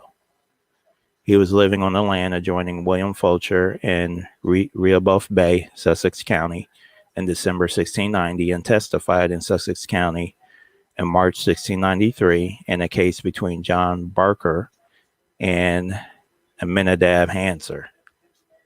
Since there is no mention of him in the Maryland or Delaware records between 1694 and 1707, he may have been the mulatto Francis Johnson, who was in North Carolina between 1691 and 1708, when William Lee complained to the North Carolina court that Francis had caused him much damage by hindering him and falsely imprisoning him for 20 days. He received a patent for 206 acres in Chowan Precinct on the northwest side of Scuppernong River and the Cypress Run on June 24, 1704. And it says Hoffman, Province of North Carolina, 1663-1729, abstracts of land patents. And then on November 4th, 1707, Hill Drummond brought suit against him in Accomack County Court for uttering scandalous words. And then on April 8th, 1713, he paid Comfort Driggers fine of 500 pounds of tobacco for the illegitimate child she had in Accomack County earlier that year. It says perhaps Elizabeth Johnson, who gave evidence against Comfort, was a relation of his. In 1714, he was security in Accomack County Court for Edward Winslow and his wife Anne, who failed to appear to answer Thomas DeShiel and Ephraim Heather of Somerset County. He may have been the Francis Johnson who William Driggis appointed as one of the executors of his June 7, 1720 Somerset County will. Get Kiowa back in. All right. You back in, Kiowa? Yes, sir. Much appreciated. Right. Cool. All right. Then it says Richard, born, say, 1660, received a calf by his grandmother's September 3rd, 1672, Somerset County deed of gift. He and his wife, Ann Johnson, were servants of John Cole of Accomack County in 1680. She was required to serve her former master, William Whittington, an additional 4 years for having 2 illegitimate children while in his service. And on September 3rd, 1679, he was called Richard Johnson Jr. when John Cole and his wife sued him in Accomack County Court for kicking Miss Cole. On August 5th, 1681, he deposed that about Christmas of 1680, he was a servant of John Cole of Matomkin. And then on April 3rd, 1688, hang on, y'all. Legacy back in. You back in, Legacy? Yeah, I'm good. Okay. All right. Let's see. Then for 5,000 pounds of tobacco as a penalty for his non-performance of a bond, and on December 20th, 1688, Colonel John West sued him for failure to build a fence consisting of 400 wood panels for his cornfield. Richard completed only 40 or 50 of the panels before turning the work over to his brother Francis Johnson in exchange for a gun and several other items. On June 16, 1689, Captain William Custis won a suit for about £1 against Maximilian Gore, who acted as his security. He was titleable head of the Accomack County household in 1692. Elizabeth Ferris identified him as the father of her illegitimate daughter, who was born in 1695. He was called Richard Johnson Mulatto in September 1699, when the Sussex County, Delaware court presented him for stealing a mare belonging to William Fawcett on Somerset County. He was excused after explaining that he had already returned the mare, taking of the mare through mistake, being so like his mare. On October 8, 1707, he was called Richard Johnson Mulatto in Accomack County Court when Hill Drummond brought a suit against him for debt. He may have been the Richard Johnson who was taxable in Beaufort Precinct, North Carolina, on December 25, 1712. He was living in Carteret County, North Carolina, when he purchased 130 acres on Core Sound on the east side of North River from George Cogdale, and sold his land on October 2nd, 1724 to his nephew. Jacob Johnson and his niece's husband, Philopius Norwood. The deed was proved by John Simpson and Enoch Ward, who also proved the will of his brother, William Johnson. You guys have anything that you want to add in before I keep going? And apparently they're moving up in the status realm. They went from Negro to mulatto. Right. Exactly.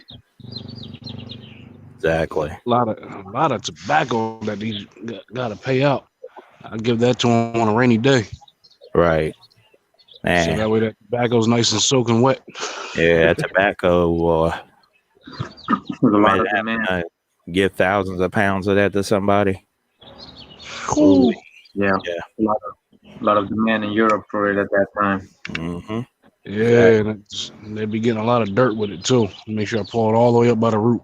Have all that dirt still attached to it. Just to add some weight.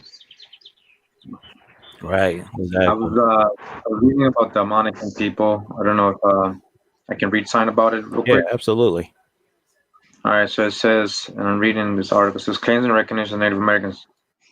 They're talking about the Monacan people. It says, in the early 1980s, Peter Hawk, a local physician, published Indian Island in Amherst County, in which he speculated that the free people of color in the region during the antebellum era were in part descendants of the Monacan tribe. While this population had claimed an Indian cultural identity since the turn of the 20th century, Hawk was the first to link some of them to the Monacan tribal identity. Prior to Hawk's book, most people claiming Native American ancestry in that vicinity had identified as Cherokee, which were well known in the Southeast. Many of the local families continue to claim Cherokee instead of Monacan ancestry. All right, so we just had somebody's, we know it's become a general term. That's just because, they started naming whole state Cherokee. Sometimes we know, there was hundreds and thousands of tribes in the state, and all of a sudden it just became Cherokee. So then, with time going by, your grandma's not gonna remember exactly. She just remembers somehow they were being called Cherokee, but not really sure. So chances are, go ahead, my fault. No, go ahead. I was just gonna say. So yeah, chances are might be from another tribe. Just look into it if you haven't. Just because it was used as a general term, it started becoming a general term, just like Blackfeet, and there's like 2 or 3 of them that everybody always claims. Now I bet you when you go to as far as like the Monacan to Cherokee connection, if you look up to see if the Monacan tribe at all during like the late 1800s to early 1900s, see if they were trying to start a school for themselves. Because then most likely they would try to go up under the name Cherokee, because Cherokee was the only one getting money for schools at that time. And a lot of tribes, especially in Virginia and North Carolina, they would claim Cherokee just because they was trying to get funding for a school. And basically Cherokee was synonymous with Indian here on the east side. And then you had the 5 civilized all together. So sure you'll have that all over from southeast to the southwest.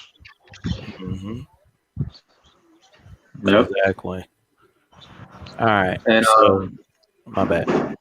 I had another like a couple sentences yet.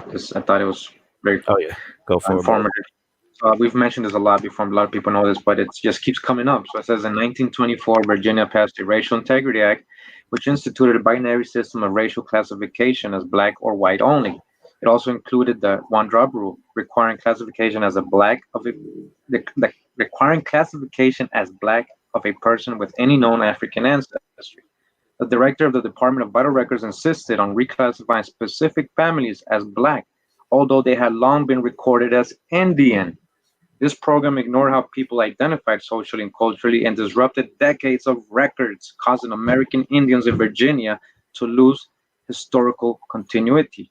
But they kept their culture and community and reorganized in the 20th century to regain recognition as Native American people. All right. Drop a bomb on them. Boom. Yep. Wow. You know, like how like they make Virginia basically like the focal point of that. I'm quite sure you can find some laws that are similar in other states too around that same exact time that was going around the whole country. Yeah. At least Yep. what they had. Yep. They just mimicked. When we read that law, Racial Integrity Act, we mimic. A lot of states mimic that. Mhm. And if you saw my, unfortunately, a lot of people don't like this, but if you saw my Marcus Garvey video, he wanted to do the same in Georgia. He was pushing for them to do the same thing because Walter Plecker was his boy. Not like best friends, but they knew each other. And he was trying to make him help him. He was trying to help him do the same thing in Georgia. Why would he want to do that? Reclassify people, from Native American or American Indian to black. Why would he want that? That's all I gotta say. To get people out of the country Yep. and go colonize Africa. Since they couldn't do it because at that time it was on what up until like 1880 or something like that. Africa was the white man's graveyard. Yeah. So I'm just saying, like, how are you helping out people when you're actually destroying their whole culture and identity, and you're asking a white supremacist to help you do it in another state? You did a great job in Virginia. Let's do it over here. Yeah, that's like Booker T. Washington when he told all black folks to vote Democrat no matter what. No matter what. Basically, actually, he said vote whichever way that the white people are voting. It's in your best interest. That was I'm forgetting. Well, Nagi had that newspaper article, so hopefully you got it again. Oh yeah, absolutely. So I'm gonna stop on that family history. I'm gonna let Legacy go in on anything that he wanted to add for the live today. I have this book of postcards that I found at 99-cent store a long time, quite a while ago. But I actually there's actually a picture of a convention, Mm-hmm. and it says held in Nashville, Tennessee on April 5th through 7th and May 6, 1876. Delegates discussed the social, economic, and political future of African Americans, right, in Tennessee. Now, mind you, all these people supposed to be slaves prior to what, 1865? So you're telling me within 11 years, these people were all educated and dealing in politics. I actually have a picture here. Hold on one second. I actually have it right here. All right. Negroes, so-called Negroes. All right, clearly. All right. I just wanted to put that out there. And then also there's another one here. It says death of Captain Ferrer, the captain of the Amistad, July 1839. I'm pretty sure Corey Mayo has probably already talked about this, but I have the little painting or whatever they had there with the Negroes clubbing. I don't know where they found clubs there, but they clubbing them upside their head and everything. And it says Don Jose Ruiz and Don Pedro Montez of the island of Cuba, having purchased 53 slaves at Havana, recently imported from Africa. Put them on board the Amistad, Captain Ferrer, in order to transport them to Principe, another port of the island of Cuba. After being out from Havana about 4 days, the African captives on board, in order to obtain their freedom and return to Africa, armed themselves with cane knives and rose upon the captain and crew of the vessel. Captain Ferrer and the cook of the vessel were killed. Two of the crew escaped. Ruiz and Montes were made prisoners. Oh, why they gonna So kill my the thing cook? is, how did they know they was trying to go back to Africa? Did they tell them they was trying to go back to Africa? And how do they know who they took captive, who they killed, and all that, unless they got the ship?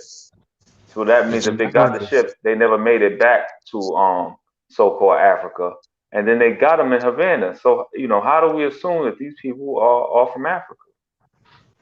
So we just got to read into a lot of this stuff. Um, it's just a lot of stuff just don't make sense when you really look at what you're reading instead of just assuming automatically Yeah. that this is what it is. But that was Yeah, pretty much it. Other than that, I'll yeah. just go ahead. No, yeah, obviously you're right, man. A lot of these stories that they tell us, they try to explain like so-called Negroes arriving on their own to these some islands or places or towns, and they always got to add that they either took over the ship or they did some kind of slave rebellion and they killed the masters and they got there on their own. But when we look into history, it's a whole different, it's a whole different narrative. And how you going to get back to Africa if you don't? You know what I'm saying? If you know nothing about America, how are you going to get back to Africa? How are you going to return to Africa? So the story just doesn't make sense. And if these people spoke a different language, Yeah, then how could they tell you they were going back to Africa? You know what I mean? How do they know yeah, how to get to yep, Africa? You know what I'm saying? So yes, it's just nonsense to even put that in there to inject that in there. It's just ridiculous. yeah. When I see that, I look for the sources to try to see if there's any footnotes or anything, to see why are they saying that or where they getting that from. And almost every time I go to the source, it don't say anything like that. Yep. That's because they know most people ain't gonna actually go search the source. Yep. Just like that whole Haitian Revolution. They tried to say it was a bunch Yep. of Africans that revolted. Why would Africans return Haiti's real name of Haiti back to Haiti? Or would a Yep. bunch of Africans even know about that name? Yeah. And why wouldn't the dude who helped them just say, "Oh, I have an army of indigenous Africans instead of indigenous Incas, the army of the Incas." That's in their constitution. That's part of their history. It's in there. They can Exactly. explain it, in different ways, but it's clear. He called them his Inca army. But yet in history, we try to sit there. They try to teach us that he was an African. It was a Dessalines, and there was one more before him. I forget exactly who it was, but they tried saying they were African, but their army was called the Native Army, the Indigenous Army, the Inca Indigenous Army, everything but nothing to do with Africa. Yeah. And if anything, if they're foreigners, they're most likely French Moors, not from Africa. That's it. Period. Yeah. Hey, Kiowa, did you So, catch any questions that happen to be in the chat that we need to address? I seen one earlier. It was what was her name? Something ancestors. She was saying something about she heard she was Native American, but she took a DNA test or whatever. Mm-hmm. You remember what her question was, or was it just a statement? I think she was trying to figure out why it turned out that way. You want to go into that? Yeah, I'm assuming she doesn't really understand that DNA is a joke. Yeah, break it down for him. Plain and simple, I could do a DNA test for you and just give me a couple blunts, a map, and some darts. That's the equivalent of a DNA test. It's just a bunch of guesswork that even people in that exact field will tell you the same thing. The DNA companies are just letting you scam yourself because you matching somebody who's living today doesn't mean that's your ancestry. Yeah, I think Right. that I think it's really. Oh, my fault. I don't know if you're done. Now go ahead. I was just gonna say, I just think it's really like weird, not to judge anybody or take this personal, hopefully not, but or silly, right? To that your whole family, your whole life been telling you you're indigenous, and then you go and do a DNA test, and now somebody who don't know you, scientists who tell you this is 0.1% accurate, it's an estimate, educated guess. They tell you it's right on the fine print. It's entertainment only. It's in the fine print.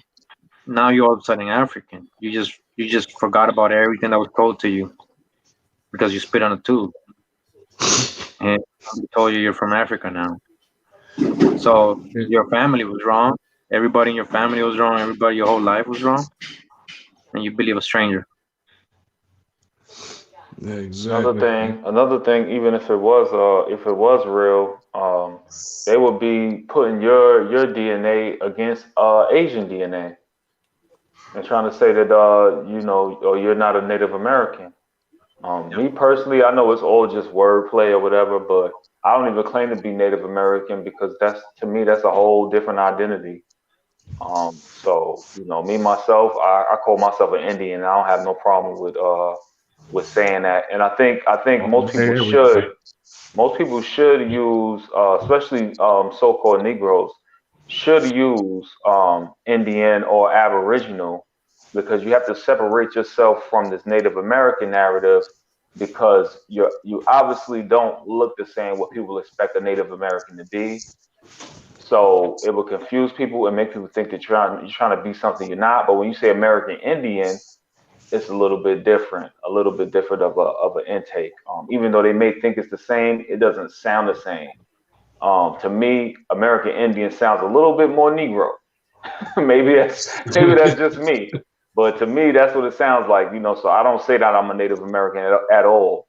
I say, and I tell people I'm not a Native American. I'm American Indian, and then they want to question, well, what's the difference or whatever like that. And then I mean, the same way they created all this nonsense, you could create your own narrative based on the information that you have. You can make words whatever you want to make words. They do it all the time. So they do it to confuse you. We can do it to help people understand. So, can y'all hear me? Another question somebody had, Wanagi, that he wanted to know from us. He asked, can you guys on the panel tell me why it's so important to trace back prior to the Indian Removal Act?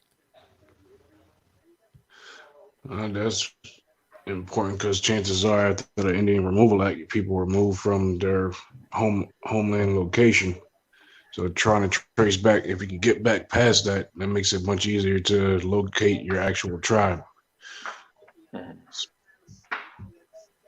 It's not always foolproof either, because I've seen I've made it to 1800 and then go to the parent, and then the parent was somewhere else too.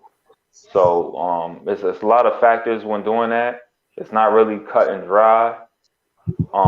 It's not really cut and dry, but then also people move for different reasons. People move Yeah, for business and different things like that.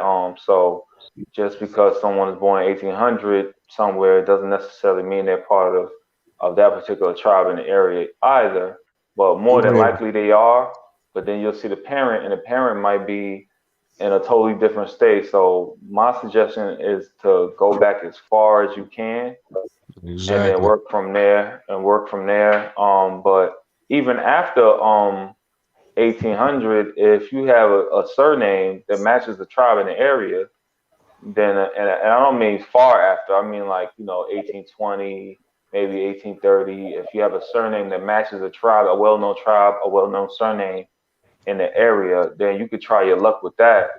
But really, truthfully, a lot of times, man, it comes down to finding the year, finding the area. Sometimes you're lucky enough to find a name and find a tribe with the name. But I would have to say, man, it's a lot of educated guessing. Just keeping it Yeah, real, it's a lot of educated guessing, man. You have to bounce around and try different things, and and hopefully you find something. Also, well, good. I'll let Cormeo go ahead and say something now. Oh, no, I was just gonna say, I agree. I was about to say what you started saying is that basically a lot of people think they're gonna go back and find their ancestors in the 1800s and it's gonna list the tribe in the census. It doesn't work like that unless it's an actual Indian No. census roll, you know. So you go into it, you like you said, try to find out that surname. If anybody in that surname ever was classified as an Indian, you got to go case by case. You can't just generalize with these things. These investigations are you really have to do the research. You really have to get your family involved. Try to pull out records from your family, photos, things your grandma has said, and then try to correlate all that.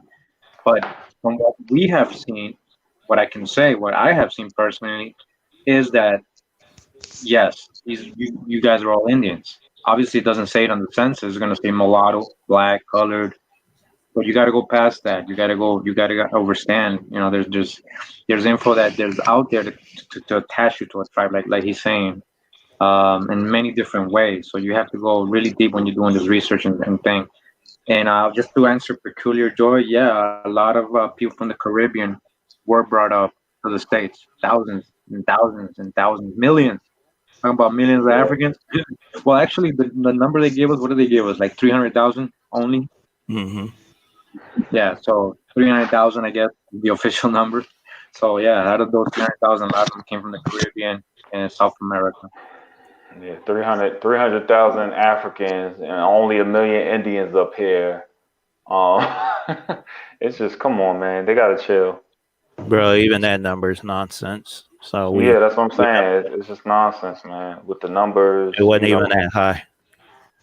with the numbers and everything like that, it's just a lot of nonsense, man. To assume there weren't a hundred or hundreds of million of people here before they got here is just crazy, anyway. And the Yeah. point, let me say something real quick, Kyle. And the point of getting back past the Indian Removal Act is you want to trace back as far as you can anyway. Anyway, so we know, some people only going to get back so far, but if you can keep going, keep going. Why stop? Go as far back on your lines as you can. Because the further back you start getting, you start finding, that your ancestors had land and all kinds of different things. So just get back as far as you can. I'm sorry, Kai. Go ahead, bro. Nah, you good. Is yeah, basically you just answered that one. Clean it up, Kyle, man. somebody asked about that they're from Fayetteville, North Carolina, and they were wondering who the original people were there. If I remember correctly, in Fayetteville, that would be mostly like now your Lumbies. Lumbee area. I believe so, if I remember correctly. And there was also shit. I can't pull it up in my head right now. Yeah, there was like Yeah, 2 or 3 tribes out in that area. yeah. But to that person, remember you gotta push that back. But if you are in North Carolina in general, then you're in a good place. Anybody from my experience, anybody who's in Virginia, North Carolina, you're in a good You place. got If full your ancestors are records. Virginia, North Carolina, man, you're good to go. Once You you got leave full out of records. there, all hell breaks loose. Yep. Okay, now the other question I've seen is somebody said they just got the census form in the mail. What do they put? American Um, Indian. yeah, put American Indian, and if you know your tribe, then put your tribe. If you don't know your tribe, I don't advise you to put anything in there. But if they contact you and ask you what tribe or whatever, then I will go with whatever my ancestors said. You can always come back 10 years later and re-enter it in there and put the exact tribe. But yeah, just put American Indian. They don't ask you what kind of black you are. So I would just put American Indian until I find my actual tribe. And anybody looking for their tribe, you can contact me. Love Legacy. I'm doing another challenge starting in April. The last challenge is still not finished. I know it seems like a long time for some people. They're like, man, this dude's supposed to get back to me. I still have like at least 20 days left on the last challenge. So time is not going as fast as you think. But I'm starting a new challenge. I'm only charging $300, and I'm only doing 15 people because last time I just took too many people. It was just too much, and I didn't start doing genealogy so I could work 8 hours a day. That's not going to happen. So yeah, so I had to cut back on the amount of people, and I still have people that are going to be left over from the last one that I'm still going to help, regardless of whatever they paid or whatever. I'm not really. I didn't start that because of that, but I do have to feed my family, so hence that's what's up with that. But I wanted to run through this. I had received my census also, and I wanted to read it for the people saying that they don't want to do census. Listen to this. It says, "Dear resident, this is your invitation to respond to the 2020 census. We need your help to count everyone in the United States by providing basic information about all adults, children, and babies living or staying at this address. Results from the census 2020 census will be used to direct billions of dollars in federal funds to local communities for schools, roads, and other public services. Help your community prepare to meet transportation and emergency readiness needs. Determine the number of seats each state has in the U.S. House of Representatives and your political representation at all levels of government." All right. So, in a nutshell, if you don't have a certain amount of people, then you don't need a certain amount of hospitals, a certain amount of doctors, a certain amount of ambulances, a certain amount of police or whatever it is. So, I encourage people to go ahead and do it because they do go by population. Is there other reasons they want you to do it? I'm pretty sure there is. But if you need those services, which I'm sure you do, then you will want to do that. Also, this is the chance for everybody to say they're Indian. So I don't understand. People, you can do what you want to do, but I can't see why an Indian wouldn't want to be in a tribe. I can't see why a so-called black person that found out that they're Indian wouldn't want to put Indian on the census and actually have a document for your generations after you to find saying that you're Indian. I don't get that, but I'm pretty sure there's people out there that eat their own fingers. So I digress. But yeah, even with that, like, I mean, I've heard people talking about, they want to start their own database and all that. Do both until you get everything up and running for your own. So that way they have at least two sources to trace back to if they need to.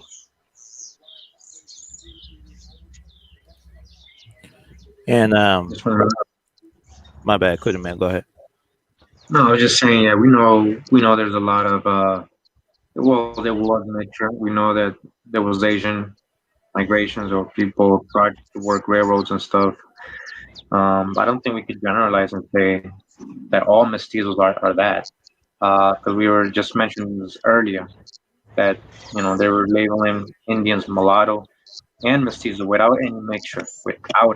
They're really dark, like what they would call to a Negro, like without a doubt. No, I'm not talking about a Mongol that looks Negro. No, I'm talking about they were Negro. And so to say that people were brought in to breed Native Americans, that's a little like too much because I think that there's also the thing of love. People just had relations, man. It wasn't just like I planned breeding. This wasn't it wasn't like that. It didn't. And if you do have the sources for that, we'd love to see it, man. Just so we can verify, exactly who actually orchestrated that breeding program. Yeah. Hey, Another thing. let me Go say ahead. something real quick. Legacy, now I'll let you go. Rand, can you email Legacy or myself on the surname that you have for your people near Oakland? And I'll put our emails in the chat. My bad, Legacy. You can go ahead. Shoot, I think I forgot what I was gonna say now. Oh yeah. So the whole Mongo thing, man, we gotta stop with that also. Because how did you come in, Akai? Could you mute your Yeah, my bad. I know you feeling the breeze and all of that. But yeah, you can't have a people come in and then they're the majority. It just doesn't work like that. You know what I mean? So we got to stop with this whole Mongo thing. You can't take 1,000 or even 10,000 people and push them into a continent filled with other people, and then now all of a sudden, the population is Mongol. It just don't work like that. You know what I mean? So we gotta stop, uh, coming with this whole Mongol thing. And what is it doing for us? What is the Mongol thing doing for us? What is the African thing doing for us? What is the Moor thing doing for us? None of this worrying about all of that stuff is not doing anything for us. So we got to get out of that, man. While you doing all of that, it's people that don't that have a drop of ancestry. A lot of these European, and they claim the whole tribes while we sitting here arguing back and forth. Your culture is being taken while you worried about that. So yeah, let's just get away from all of the nonsense, man. It's like I said before, it's not even fun anymore. It's not funny anymore. It's like, so what, man? I'm just, I don't know. I don't know. I guess y'all not tired, but that's another thing too with joining a tribe is that it kind of changes how you look at a lot of stuff and and things like that. That's just kind of like if you never been to school, right? You don't know how to read, you don't know how to write. Then you get into school and you get educated, whether good or bad. You learn how to speak, you learn how to communicate, and then you start to see the world differently. I don't see the world how I did 10 years ago, and I don't see the world the same way I did since I've been in a tribe. So, and then as I learn more, because I know nothing, as I learn more, it's going to change me even more, and for the better. So I encourage people, man, if you can find your ancestors, you can find your tribe, then go ahead and do it, man, and get involved. You're gonna learn a lot. Yeah, it brings you a sense of pride. You're not just still out here talking about, oh, I'm Indian or I'm Cherokee or I'm whatever, whatever. Because basically you're just making stuff up, man. You know what I'm saying? So you might as well just get you a Aboriginal sticker and slap it on your forehead. You know what I'm saying? And that's it. And piggyback over what you was just saying, finding your tribe and actually starting to learn the ways of your people and all that. It kind of I don't know, it opens your eyes to a different way, I guess. Because it's like, yeah, I know we've done great things all across the world and this, that, and the third, but we're only looking at the surface of it. We can actually start digging in deeper, which, from my own personal perspective, is being part of a tribe, and you start to learn these things. So then it broadens your whole perspective. It brings everything that you've learned from the greatness to the downfall. So, and everything in between, and certain ways that we had, as far as like connecting with nature and connecting with the Most High. Basically, it just changes your perspective, if you will. It's no more about like just color or look of somebody. It's a way of life that we all actually need to start practicing to make it become a habit. Because once it's a habit, then it's just get easier from there.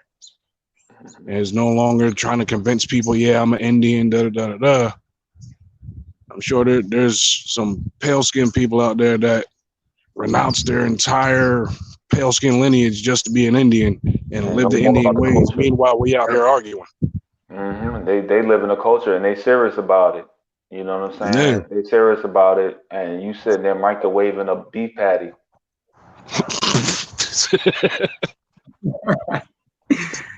Well, they know what they'd rather be part of this culture than their own, So imagine. While we microwaving beef patties, they squeezing the lemon juice out of our culture. Oh man. Yeah, I thought you liked that one. Yeah, so yeah, just try to educate yourselves, man, and like I said, try to get involved. Even if there's a tribe close to you, go there, ask questions, get around people. If you can, if they're welcoming and stuff like that. I mean, but we got to spend more time on this. We got to spend more time on the genealogy. Spend more time on trying to get tribed up, family, and just learning stuff now. There's books out there right now. There's stuff that you can get, survival techniques, different stuff like that you could get ahead of the curve. So then when you do find your tribe, getting your tribe, you already know some things. You're not a liability. I think I believe Anu was just talking about that. Having people that can actually help you. If it's a crazy situation outside and you got one person that knows absolutely nothing, and you got another person that knows everything, who you gonna take? You gonna take the person that knows everything because they can help you to survive. The other person is just gonna be dead weight. They're gonna be claiming, they're gonna be complaining to them, I'm hungry, There's not gonna be any help. So learn as much as you can, and stop wasting time. Netflix ain't going nowhere. You know what I'm saying? Hennessy ain't going nowhere. I'm just keeping it real because I know a lot of people, not really this channel, but other channels, they just come to be entertained, you know, and so they can be chiefs. Everybody want to be a chief, They'll go watch Corey Mayo video, right? Get the information, and then now they want to stand. They want to stand on top of the house, and I'm big Indian, and I know this, and I know that. You know what I'm saying? It's just a constant. It's constant with that. We all just got to stay in the learning stage, constantly learning, and constantly trying to humble ourselves, man. You read one book, now you're the chief. You got a headdress on. You don't know what tribe you're from. It's crazy. All right. But we're gonna get there, man. We just, gotta get serious about, the things that we need to get serious about. Um, again, don't wait, for the last second to be prepared. Start doing it now. Start. I mean, it's starting to warm up in a lot of places. If you're somebody if you're a grower, whatever you grow, get on it now. They got the little things you can start planting things inside so that they can be transported outside. When it starts to get to the proper weather where your plants can be outside, but that's going to be major. So if you aren't growing, your own fruits and vegetables and different things like that, it's time to start. Um, not having a yard, like I said last week, is no excuse. Um, you can grow inside. All you need is some sunlight and some water, and you're good. You know, um, you can grow all year round. So, I mean, outside growing all year round in some places isn't really feasible, but there's a lot of people growing things inside using, different light techniques, different things like that. But as we start to get further along here in this year, again, got some how-to videos coming, so I'm gonna keep on reminding you all about that. Um, and if anybody is out there growing or doing different things like that, it'd be good to see some videos from y'all as well. But panel, did you guys have anything else you wanted to discuss? If not, we're probably going to go ahead and get ready to shut it down. We're going over 2 hours at this point. Yeah, just I see somebody putting in the chat about Stephen Rickley's video. Yeah, definitely check that out. That joint was pretty tight. And everybody out there, just continue doing your genealogy. It's a never-ending process, but it's mainly about the journey, helping you find out who you are, even if you're African, if you're German, or whatever it may be, whatever your lineage is, you had no choice in making it, so accept it for what it is. If you turn out to be Indian, great. African, great. German, great. But either way, you know who you are. And that's basically what it boils down to. And then you just start learning the ways of your people from then. All of us come from noble peoples, if you will. We all had our own ways, customs, that, and the third. So it's not all bad. Peace and bliss to everybody.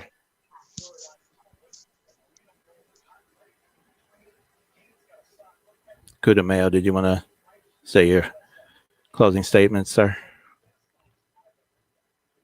Yeah, man, I'll just repeat what I said earlier about trying to not just go to the census, but really try to understand what tribe you might be connected to. There's a lot involved, if they were moved, like they were saying earlier, in 1830, they were originally in that area. Could the surname be an actual tribe name? You got to look into all that. If you see mulatto, that's a hint right there. Look into it. Most likely that means Indian. We've shown that. We've proven that. This is no doubt. They were calling, and it's law. It's in the court records that they were classifying Indians as mulatto and black. You know, so look into it. And thanks for having me on again, Opie. And be humble, everybody, man. Just be humble. Like stop. People were racist against you all these years. Don't do the same. Don't be like them. You know what I mean? Now you got beef with people who are not as dark as you. For what? Why? You're acting just like the people who oppressed you, still oppressing you right now. So everything is not black. Black or white. There's these. Oh, they did this first. Oh, they were the first to do this. No. You got to really look and research things. Everything is not as black as white. It's not. You got to really get into the info and do your own investigation, because we all have different history. I can't really tell you your history. I can make videos about what the books say and what these anthropologists and all these people have said, but you have your individual story. So tell it. Research it and help us understand your tribe. Help us if you got some info we've never come across and show it to everybody. Help us, send it to us. So we can understand if we have gotten anything correct. And that's it, man. Just be humble, man. And we gotta get past the hate. Gotta really get past the hate right now. Shit's so crazy. And we shouldn't be in a negative vibe in our community. We should be doing this. We should be focusing on what's real, not what's not real, man. And the media is propaganda. Just turn it off, really, man. Unless you want to be aware of what's going on so you can be ready just in case. But I don't mean like, oh, just in case there's a virus for real. I mean, just in case, so you can know what they're up to.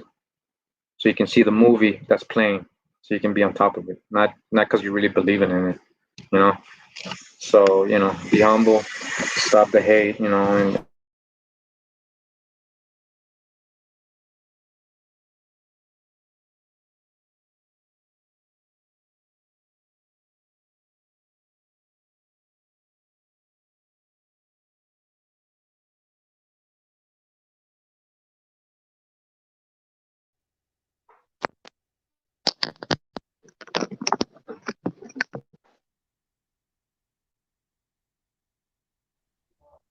I'm the only one who can't hear Cody Mel.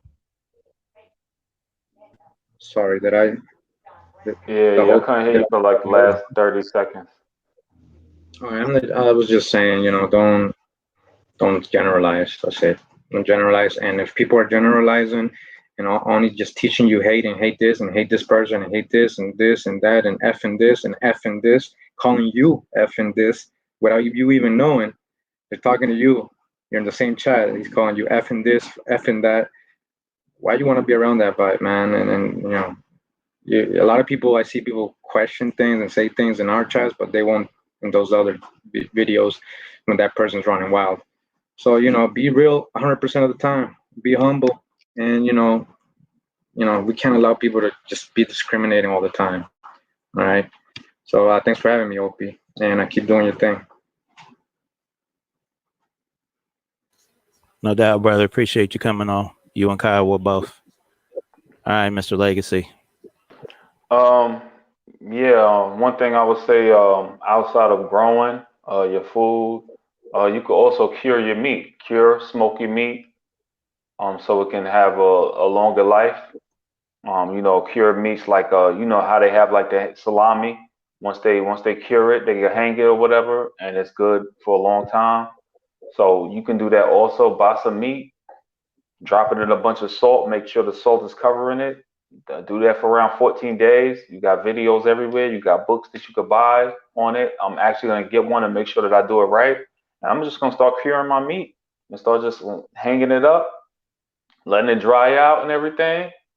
And that's it. And keep replenishing my fridge and everything like that. Little things. You gotta just take your time and go little by little. It's not easy to just wake up one morning and I'm Indian and I'm gonna go move outside the tent. You know what I'm saying? It's just not gonna happen like that. It's not realistic.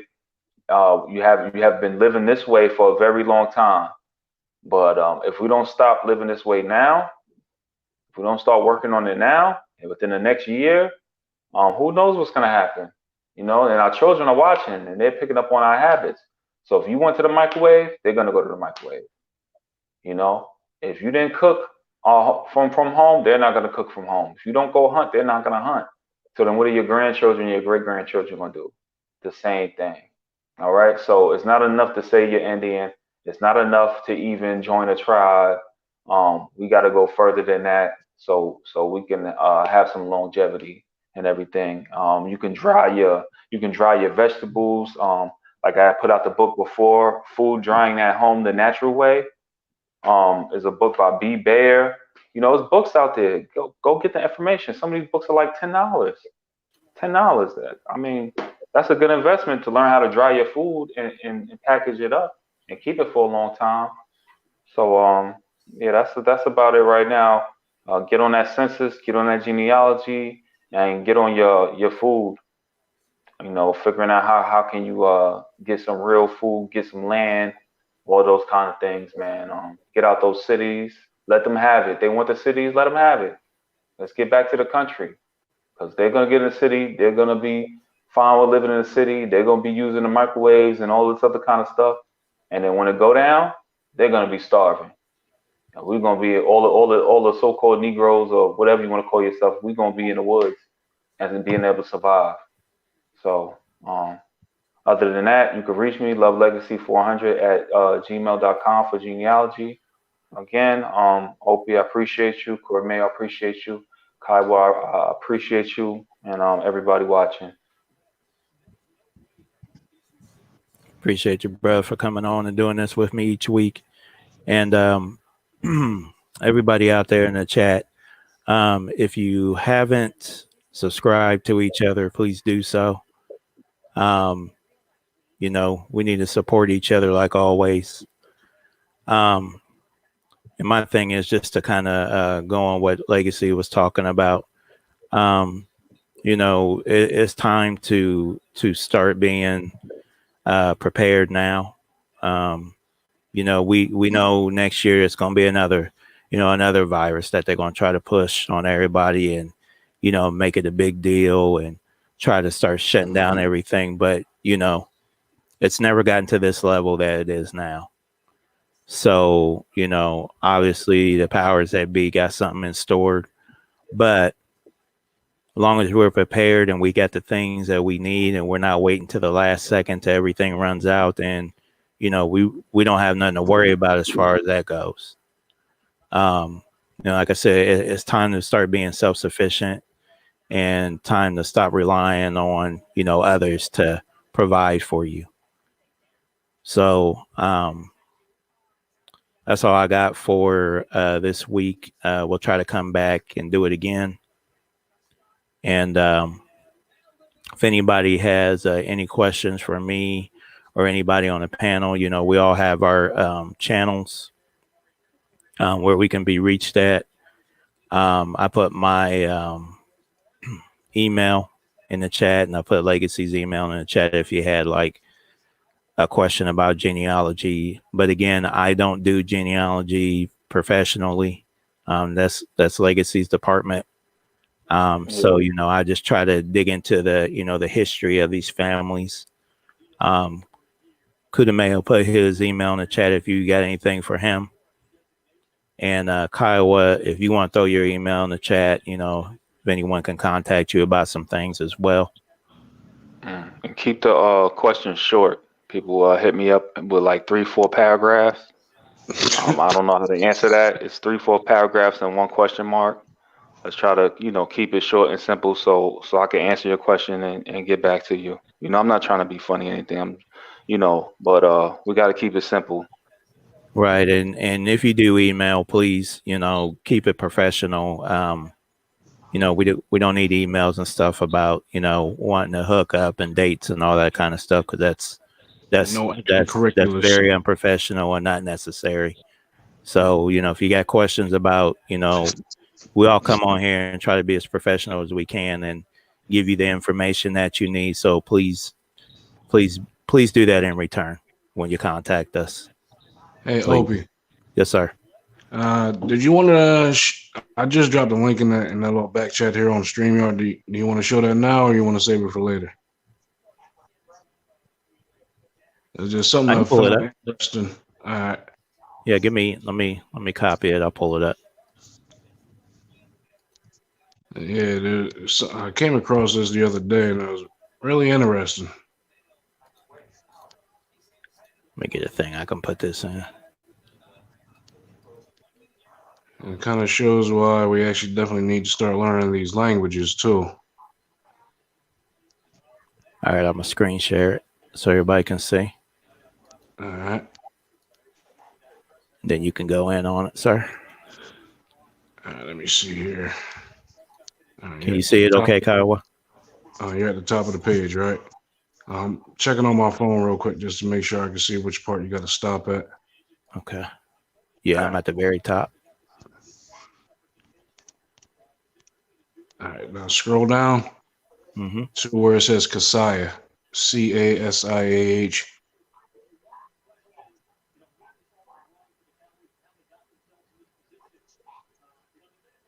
Okay, I see it. Now in there, you see how they give it like a little breakdown of what Kasaya actually is. Mm-hmm.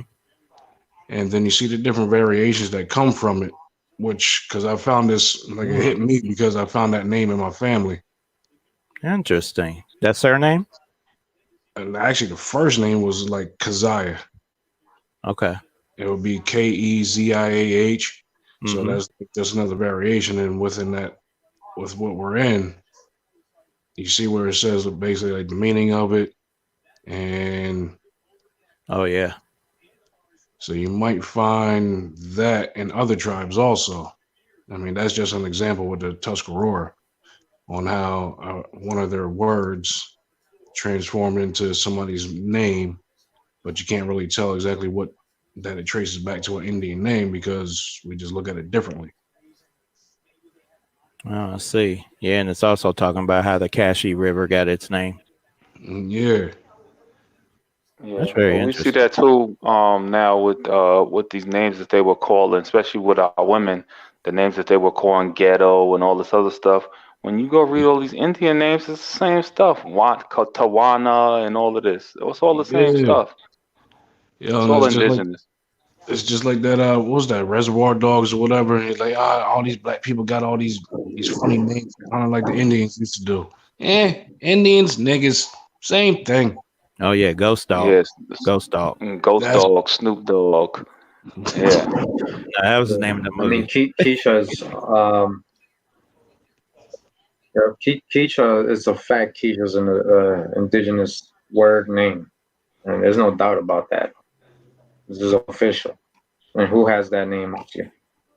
Yeah, and that right there, like just coming across that made me think, like, how many names do we have that are actually variables of like actual Indian like word for whatever it may be? Yep.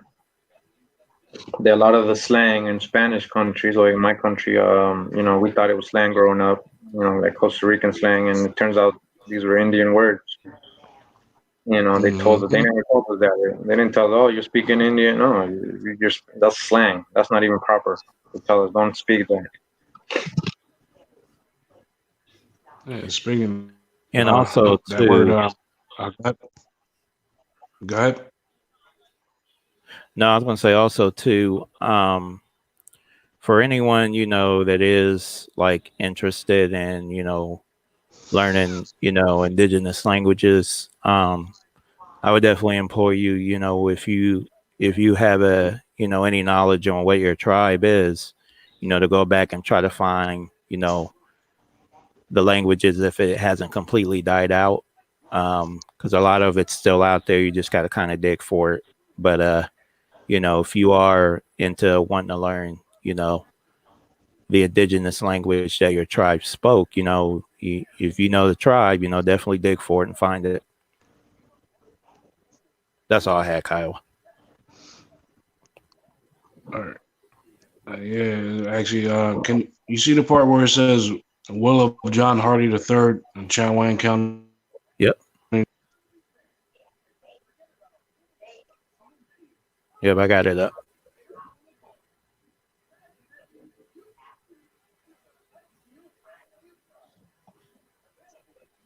You still there, Kiowa? Can y'all hear me? Yeah. Okay. What just happened? Kiowa, did you get booted? Can you hear me, Kiowa? I can hear you. Kiowa. Apparently, I can't hear anybody again.